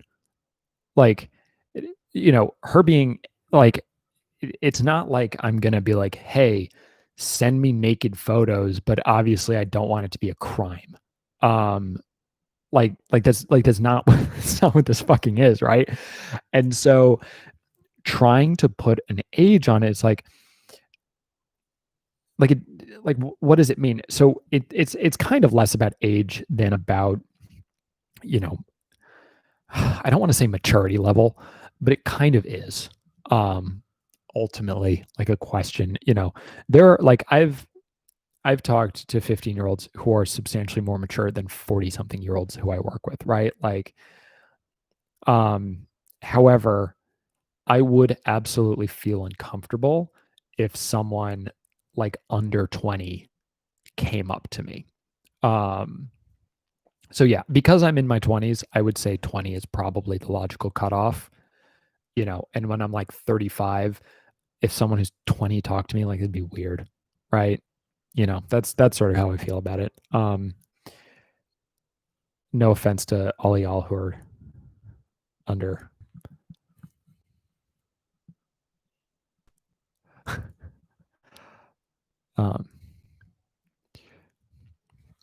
But do you feel so? So there's separately, there's a question of context. Like, if I'm working with someone and they're 18, like, if someone who is younger works for me, like, whatever, I'll talk to them. But like, I'm also not supposed to be friends with people who work for me. I'm kind of bad at that, if we're being totally honest. Sometimes I really hope we're far enough into this that, like, I know some people who are on my team actually do sometimes watch my live streams, but I'm assuming that none of them have made it this far in. They're great guys. I really like all of them. Like I've been told by HR that I'm not supposed to be friendly, and I just like don't. So, I mean, I'm completely comfortable talking to a 90-year-old. I just don't know that I would want to. So I guess there's sort of a different, I guess there's like a lot of different questions. Like if someone's really interesting, like there can be a really interesting 12-year-old. Maybe. I mean, is that true? It's probably not true. But there can be a really interesting 16-year-old. You know, but at some point you just get less interesting. And yeah, with anonymity. So here's the thing. When I was on the internet and younger, when I was half my life ago now, when I was like 14, I lied about my age. I think. Did I lie? I lied, or I just sort of let people assume that I was older. I don't think I actively was like, "Hey, I'm old," but I definitely didn't tell people that I wasn't. And that, when I think back to how sure of myself I was at age 20 or at age 14, and the idea that there were people who were like in their 20s talking to me and like thought that I had anything of value to say, I just feel sad because I was so fucking stupid back then. And like, the more sure someone is about, so we're now going like, okay, I've been thinking a lot about this for like a lot of different reasons, and about giving younger people more credit than they're given, because like it's bullshit, right? That like, the voting age should be fucking 13. Like a 14-year-old in 2020 is probably, like, your average 14-year-old probably knows more about what's going on in the world than a fucking 55-year-old. Like certainly more than like a 75-year-old. The idea that we don't trust kids to do things like that is, I think within 10 years they'll produce a touchscreen MacBook, but I don't think it'll happen in the next 5.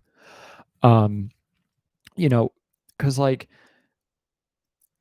I think we need to give. I think kids deserve more agency than they get. And I am now of the mind that literally anything that people say, like, oh, it's ruining the kids, or like, this medium is bad or whatever, like I now fervently believe that if I ever say, oof, maybe the kids shouldn't see that, like I've gotten too old and someone should fucking take me out back and shoot me in the head. Because like, I mean, yeah, a 12-year-old probably shouldn't watch The House That Jack Built, or Salo, or The 120 Days of Sodom. But also, like, the idea that like a certain type of music or a certain type of movie or whatever, like, I don't know. Yeah, like, and I didn't watch our movies until I was older. And I'm not sad about that, but I don't know. This is all stuff I've been thinking about a lot. And as I think y'all can tell, I do not have super clear feelings. Like these are thoughts I was literally having yesterday. Like this is stuff I'm thinking about right now, in context with like the world in the future and like, what are we leaving to people? Will there be anything left for people? I hate the rating system. Like the idea that violence is acceptable but sex is not, when you're, for like a 13-year-old, is like, that's fucking ridiculous. Like, some 13-year-olds can see penises, right? But why let parents decide? Who the fuck are parents? What do they know? That's what I mean. I and maybe it's because I've been like reading about like parents who, or I've been watching TikToks from like kids whose parents have been yeah, so I mean, yeah, and I think, not everyone should watch everything. Not everyone should watch Solo or the 120 Days of Sodom, probably. Certainly not everyone should watch Cannibal Holocaust because that features like actual animal violence or whatever. Oh yeah, well, I don't trust the law at all. But I don't think the law comes into it. I mean, Wolverine, like Logan, is not really that. I mean, it's definitely more realistic violence, but it's also not like that far. I mean, if I had watched that when I was 15, it would have been fine. But like violence, the way we have normalized violence and like, demonized sex is so fucking ridiculous. Like, The Edge of 17 should be PG-13, right? Like that is a movie that younger people should see. But like James Bond is PG-13, where he like shoots a bunch of people, and like that's fucking wild. Like it makes no sense. And it's such a bad system.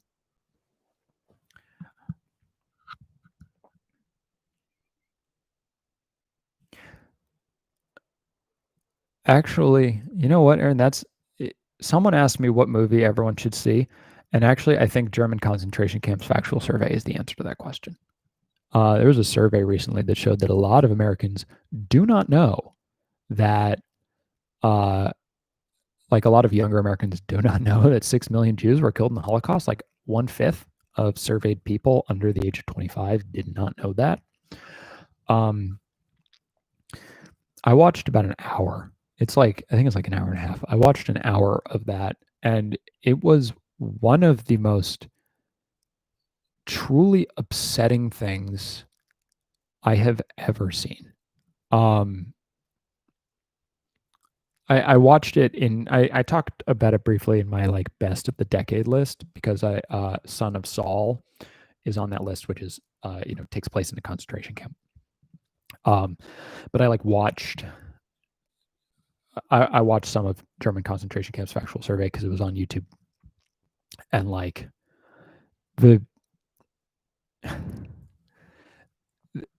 the reality of what happened there is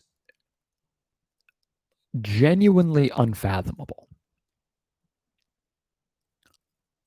Like a lot of people, because the problem is education. Like people, it's like the fact that most like so many Americans do not know that the Civil War was literally happened because of slavery. Like that was literally like slavery is in the Articles of Secession, like all over it, because they wanted to keep the institution of slavery. It had nothing to do with states' rights. It had nothing to do with anything except for slavery.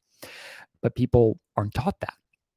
And so if you're not taught that 6 million Jews were killed, then you don't know that. And, there are people who don't want people to understand how incomprehensibly horrible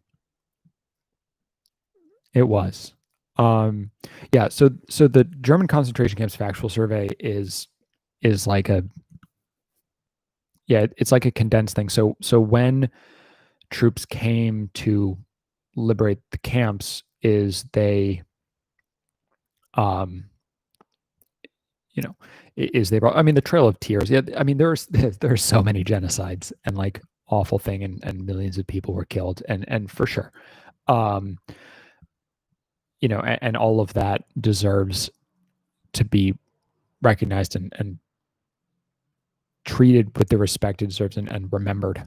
But like, as we specifically backslide into fascism, the reality that people do not understand what fascism looks like, what the results of fascism look like, is particularly unnerving in this time. Because people who are like, oh, well, maybe fascism isn't that bad, they should watch the German concentration camps factual survey. Like, it's just like, it's just footage of mass graves and like the people who are like skeletal, who have just come out, like, it it's so many dead bodies. Like it's so horrifying. Yeah, for sure. But like, fascism is what we're facing, particularly right now. So like the idea that Americans are like, flirting with fascism, and I imagine that a lack of understanding, if you're not taught what it actually means, then, maybe you don't think it's bad that people are being fucking picked up in the streets by unmarked vans. Like maybe you don't like, you don't understand, like seeing kids in cages is like, oh, well, that's just that's the end of it, right? Like it doesn't get worse than that, but it does. It can get so much worse than that.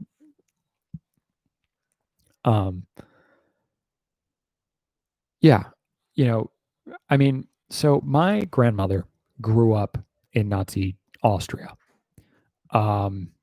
She was very young, like she was, 4, 5, 6. And she has been saying forever, it's like, it can happen here, it can happen anywhere. She hates flags. Flags are nationalism to her. And I talked to her about her experience for a college class, and it was extremely illuminating. And I recently found out that my grandfather was in Dresden as it was being firebombed, which is fucking wild. Unrelated, but like, that's fucking wild that he was like, yeah. Yes, I mean, so Son of Saul is a movie I highly recommend to everybody. If you can't bring yourself to watch, take care, man. Abdulrahman. Take care. I hope I said that right.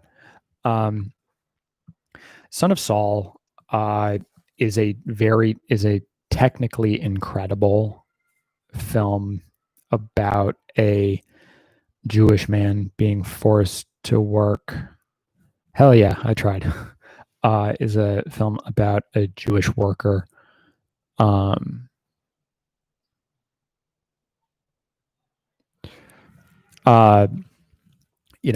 Jewish man who's forced to work.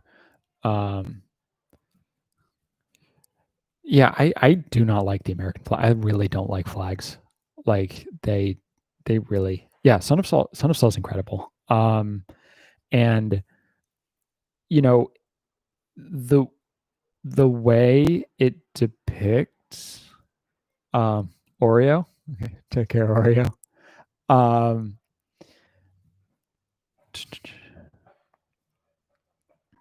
Yeah, so I mean, Schindler's List is, Schindler's List is a good movie, right? Like, no question. Like, is a well-made movie.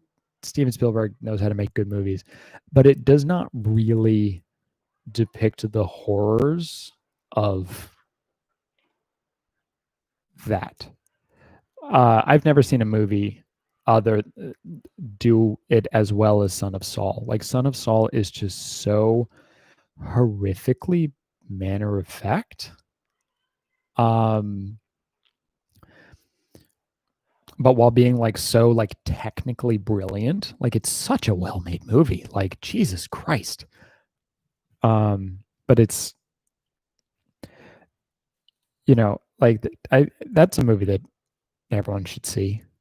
I mean, 12 Years a Slave is a movie everyone in America should see. I don't think people outside of America need to see it necessarily.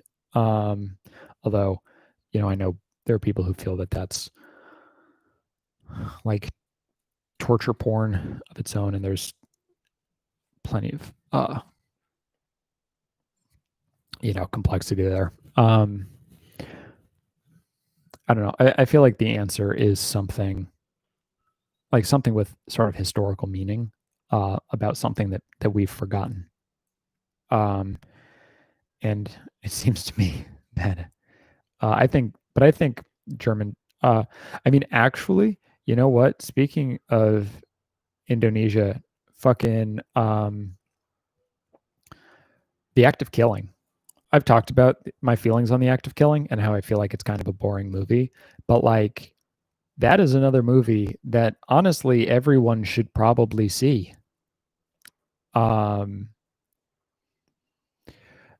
If a taxi so there's a Korean movie called A Taxi Driver. So there's actually a bunch of movies about like the Gwangju uprising. A Taxi Driver is probably, I would assume, among the most fun of them. You know, like that's a movie that people should watch because it's like about the crackdown. One of the most unpleasant movies I've seen was in America it's called National Security. The Korean name is like Namdang Seoul 1985 or something. And it's set and it takes place in, or it is set in an actual prison camp. In called Namsung Dol, Namdam Seoul. I don't know, whatever. The our Korean listeners are no longer here. And that it's just straight up torture. It's just like guys getting tortured because they're communists. And like, and it's brutal. And like, you know, it's really in your face in a way that I think is very interesting, horrifying. Yeah, I don't know. I mean, I'm sure a lot of countries have their equivalent.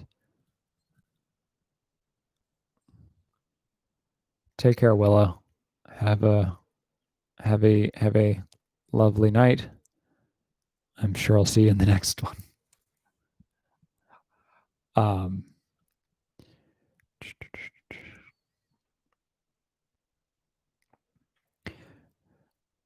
There's there's the one about Nanking. Like, I mean, basically any movie that's about a mass atrocity, done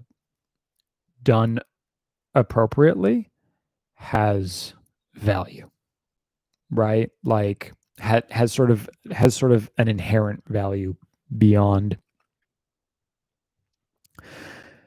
Yeah, I mean, those who forget history are doomed to repeat it, right? Like that's the thing. I mean, there are parts of history that are worth forgetting, but you know, there's like the broad, like there are so many things, and it's, you know, it's impossible to remember all of it, right? Like there's just so much. I don't know. I don't know. The world's scary right now, in a lot of ways. Like it really is, and I don't know what's going to happen. and that is disconcerting. Not that I ever know. When I was in high school, 17, 18, 17 or 18, whatever. This will tell you a lot about who I was as a person. I had a class and we were asked, or no, it was like a guidance session. It wasn't even a class. And we were asked to draw on paper where we thought we would be in 5 years and then where we thought we would be in 10 years. And for 5 years, I just put college because I assumed I would be in college. And then for 10 years, I just put a fucking gravestone. Not that I actually thought I would be dead at 27 per se, but I had absolutely no idea where I would be. And where I was at 27, I would never have predicted that. I certainly wouldn't have predicted that I would have had a YouTube channel, but I did. I almost reviewed my mid-20s, but it didn't exist. It didn't exist. Like if I was to turn 27 this December instead of 2 Decembers ago, I actually probably would review my mid-20s because there would be enough people on this channel to watch it. But like as like my 8th video or 10th video or whatever, it would have been kind of a weird choice. No, I don't. I hate children. Like frankly, I really just don't.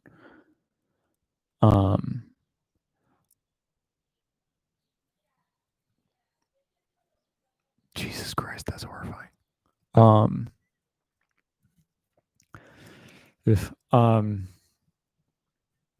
Yeah, no, I like, I also I have no sense of what my future is. I don't know where I'm going to be in 5 years. Like, I don't even, if I had kids, absolutely I'd vaccinate them. No question. Science is great. I'm a big fan of science. I would also make them eat all the fucking genetically modified food in the world. The fact that fucking leftists like have this hang up, like they're like, oh, believe the scientists, but also genetically modified food is bad. It's like, fuck you, because like genetic modifications make it possible that there will be enough food for all of the people. Like,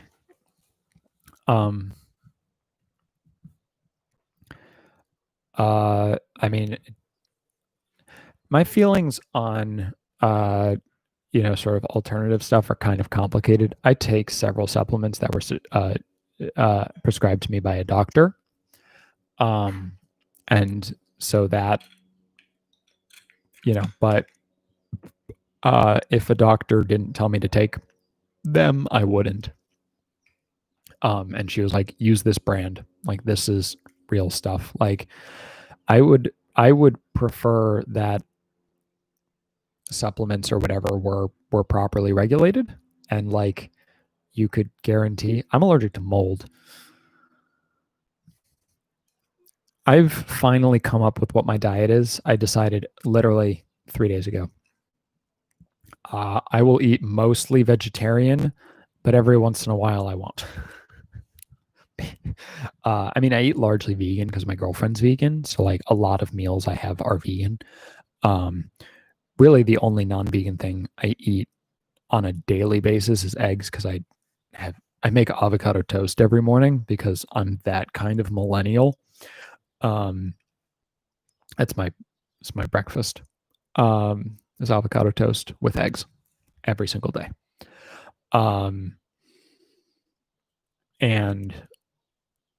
and so I will frequently eat vegan outside of that. But like, if we're going out to dinner or whatever, and there's like, I will eat something else. I try to avoid red meat, pigs because they're real smart, and cows because they're bad for the environment. But it is also clearly true that my individual choices, she doesn't really care.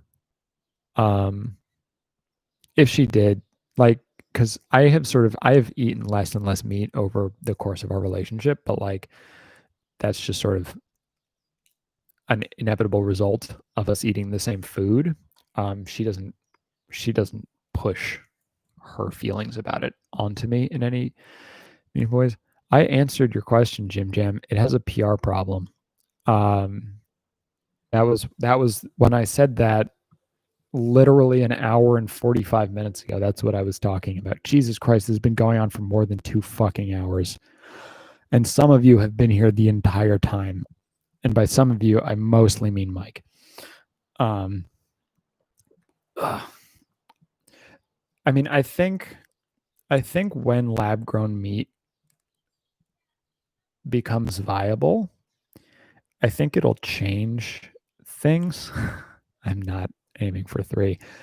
I mean, I literally said 40 minutes ago, like, okay, let's start anything. I mean, eating meat is a cultural thing everywhere. But I also like factory farming is the problem, right? Like farming animals, like, old fashioned farms, whatever, is like, doesn't really bother me, like even conceptually, but like factory farms are so horrifying. Like the conditions are so awful. Like even when I buy eggs, like I will only buy eggs that are certified humane, that are, you know, as much as possible pasture raised, because that actually means something specific, whereas cage free does not. We're not going to get a review of my vacation. My plan for my next review is The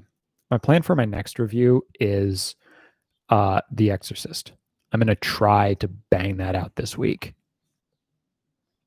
if I can, and ideally get it up by Friday so I have a video. And I'm also working on a review of AI: The Somnium Files, which is a video game. I bought a new flashlight. These things have gotten real bright. It's neither here nor there. I bought it for my vacation, which is why it's on the couch, because I haven't finished unpacking. Everything's made in China. Is this made in China? Probably. Does it say?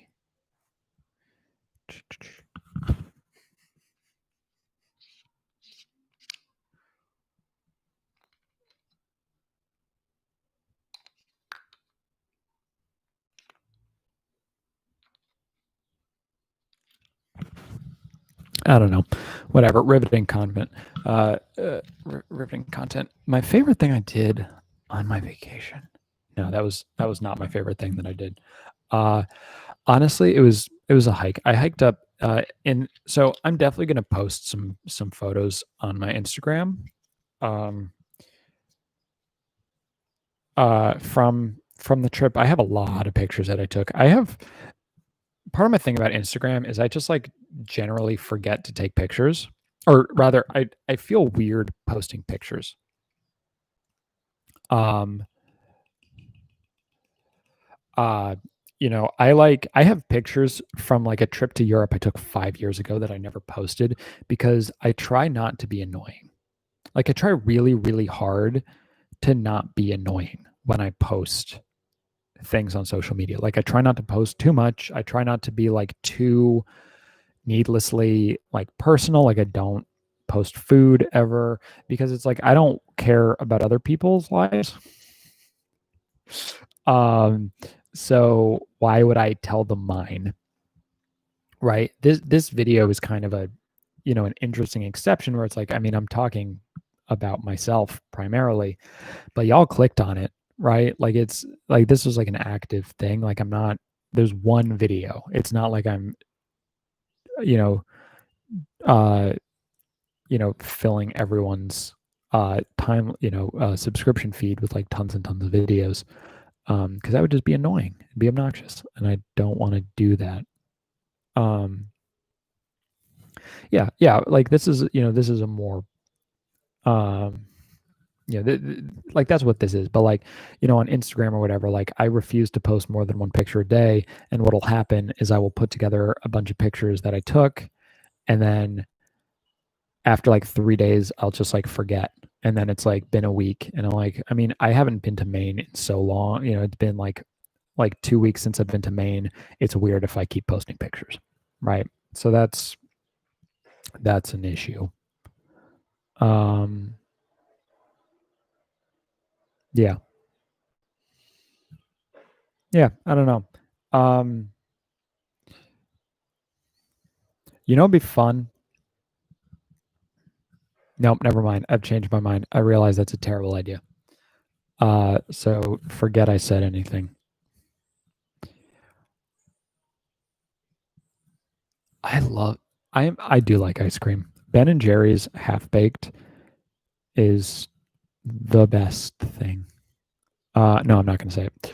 Um, the because it, I realize there's no way to make it sound good. Um, the thing about sweets, like I mentioned that I don't eat a lot of them. Sugar makes me feel sick, like really sick. No, I'm not gonna turn on my light. I'm not gonna turn my light up because that would make me do this for longer, and I'm planning on ending this soon because it's been so long. So um, so here's an idea. No, I refuse. I'm not going to do it. Um, I was okay. I'm just going to tell you what it is, but we're not going to do it. I was thinking it would be fun to do like a Zoom call where we could like all see what each other look like. Because again, there's only ever fucking 15 to 20 of us. Like this could like literally be just like people. Um, you know, but no, we're not going to do that. That's a terrible idea. It was, um, but that was the thought I had in my head. Because we were talking about the fact that I have no idea what any of you look like. I said, now I know what Willow looks like. Um, and, Gabriella has the pictures in her thumbnail, so I have a general sense of what she looks like. And I mean, Hans looks like a tiger. So clearly I just assumed that that's actually a picture of him. My favorite snack. My favorite candy used to be Sour Patch Kids. I loved Sour Patch Kids, but as I was saying, sugar makes me feel sick in large doses, and then it makes me depressed. um, you know, um, yeah, that's fine.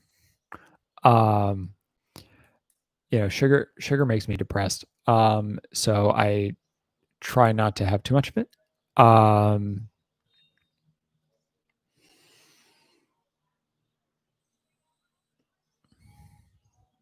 That's interesting.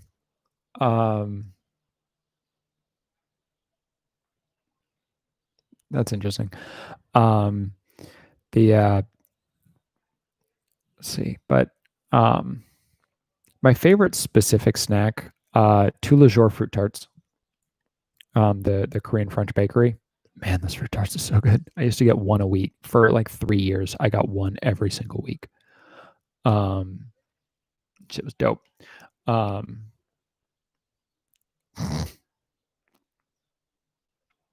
yeah, I mean, I said Sour Patch Kids was my favorite thing. I used to eat a lot of candy. I don't really do it. I mean, actually, I had this earlier. These are good. I just I try to avoid a lot of added sugar. So I went to a college that didn't have majors. We had concentrations. Um, and I concentrated in film production and journalism, I guess. I mean, I took classes and everything, but I tell people that film production and journalism because that may as well be true. And yeah, so that was how that became. Yeah, okay. It's been 2 hours and 15 minutes, which I think is actually like as long as my 2-year anniversary stream. So does anyone have one final question? Um, you know, so like I can understand why for all of the rest of you being anonymous is better. But for me, I wish I knew what you looked like.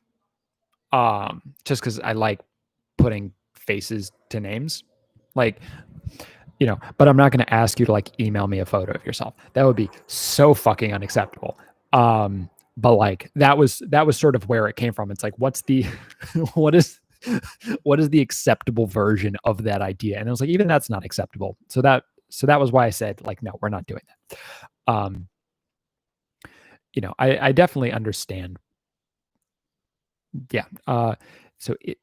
Okay. I think copywriter is a potentially dangerous job, or an unstable job. What am I going to do? I'm going to finish unpacking. I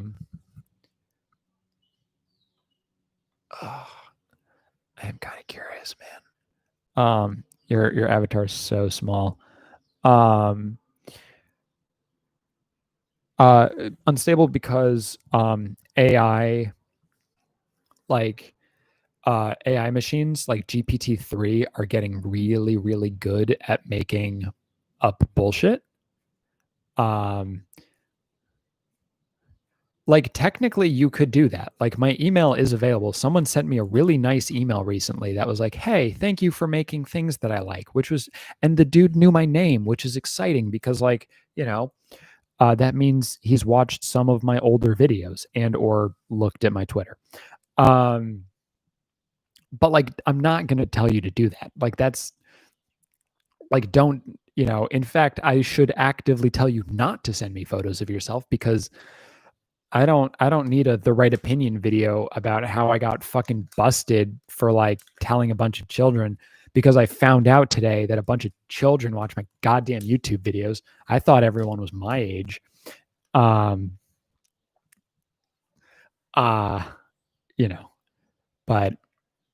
whatever. We've gotten into the part of this where I like don't have. The longer I talk, the weirder my trains of thought get. Like that's not a thought I would have had an hour and a half ago. It's because we're at 2 hours that I'm thinking shit like that because I'm just like, what's next, right? No, but you should watch some of my older videos, man, because I literally like I used to, I eventually started saying, you can call me whatever, but for the first like 40 videos, I just said my full name. I was just like, "Hi, I'm Alec Kubasmeyer." Like I just, and then at some point I was like, I don't need to do that. No one cares and I don't care. Like my name is a weird thing because I'm the only one with it. Right? Like literally there's no other Alec Kubasmeyer on the fucking planet. And that's strange. You know? Like that's just a weird thing. That is true. And and it makes me slightly uncomfortable. I mean, you can ask me questions. I don't have to answer them. Like that's the thing about an ask me anything is you can ask me whatever you want. But I can just not answer, right? Like and there's a certain level of personal like privateness that I have and then but like I'm very open. I mean, I've talked about a lot of shit on this channel that honestly I probably shouldn't have if we're being frank. But I did. And so yeah, I didn't play Spider-Man on the PS4. Okay. One final question, and then we'll be at 2 hours and 20 minutes, and then I think that will be enough of this. I'm actually curious how long my 2-year live stream was. I'm curious if we're going to beat it. Oh shit, we've already beaten it. I have a third nipple. It's small, like it's an accessory nipple, but I have 3 nipples, so that's the weirdest thing about my body. And I think that is a good note to end on. Cool. That's we did it. We did it, guys. You fucking asked, man. I don't know what you want from me. I was not joking. No, I'm dead serious. I'm not going to show it to you, but it's here. So that's a fun fact that now you know about me. The 11 of you who are still here now know how many nipples. Yeah. So, fun fact. Thank you, Artie. Enjoy the London Film Festival. Right? Yeah, I mean, no one expects that, but you know, here you go. That's it. That's what we did. That's what we learned. That's the good times that we had. This has been fun. I enjoyed it. I'm glad to be back. As I said, I'm gonna try to do a Exorcist review this week. We'll see if I get it done. If not, it'll be for the next one because The Exorcist is really silly, and I want to talk about it because it's it's October and I should do things about spooky things. Oh gosh. Okay. Take care, everyone. Thank you for hanging out. We'll do this in a few weeks. Take care of yourselves and stay safe.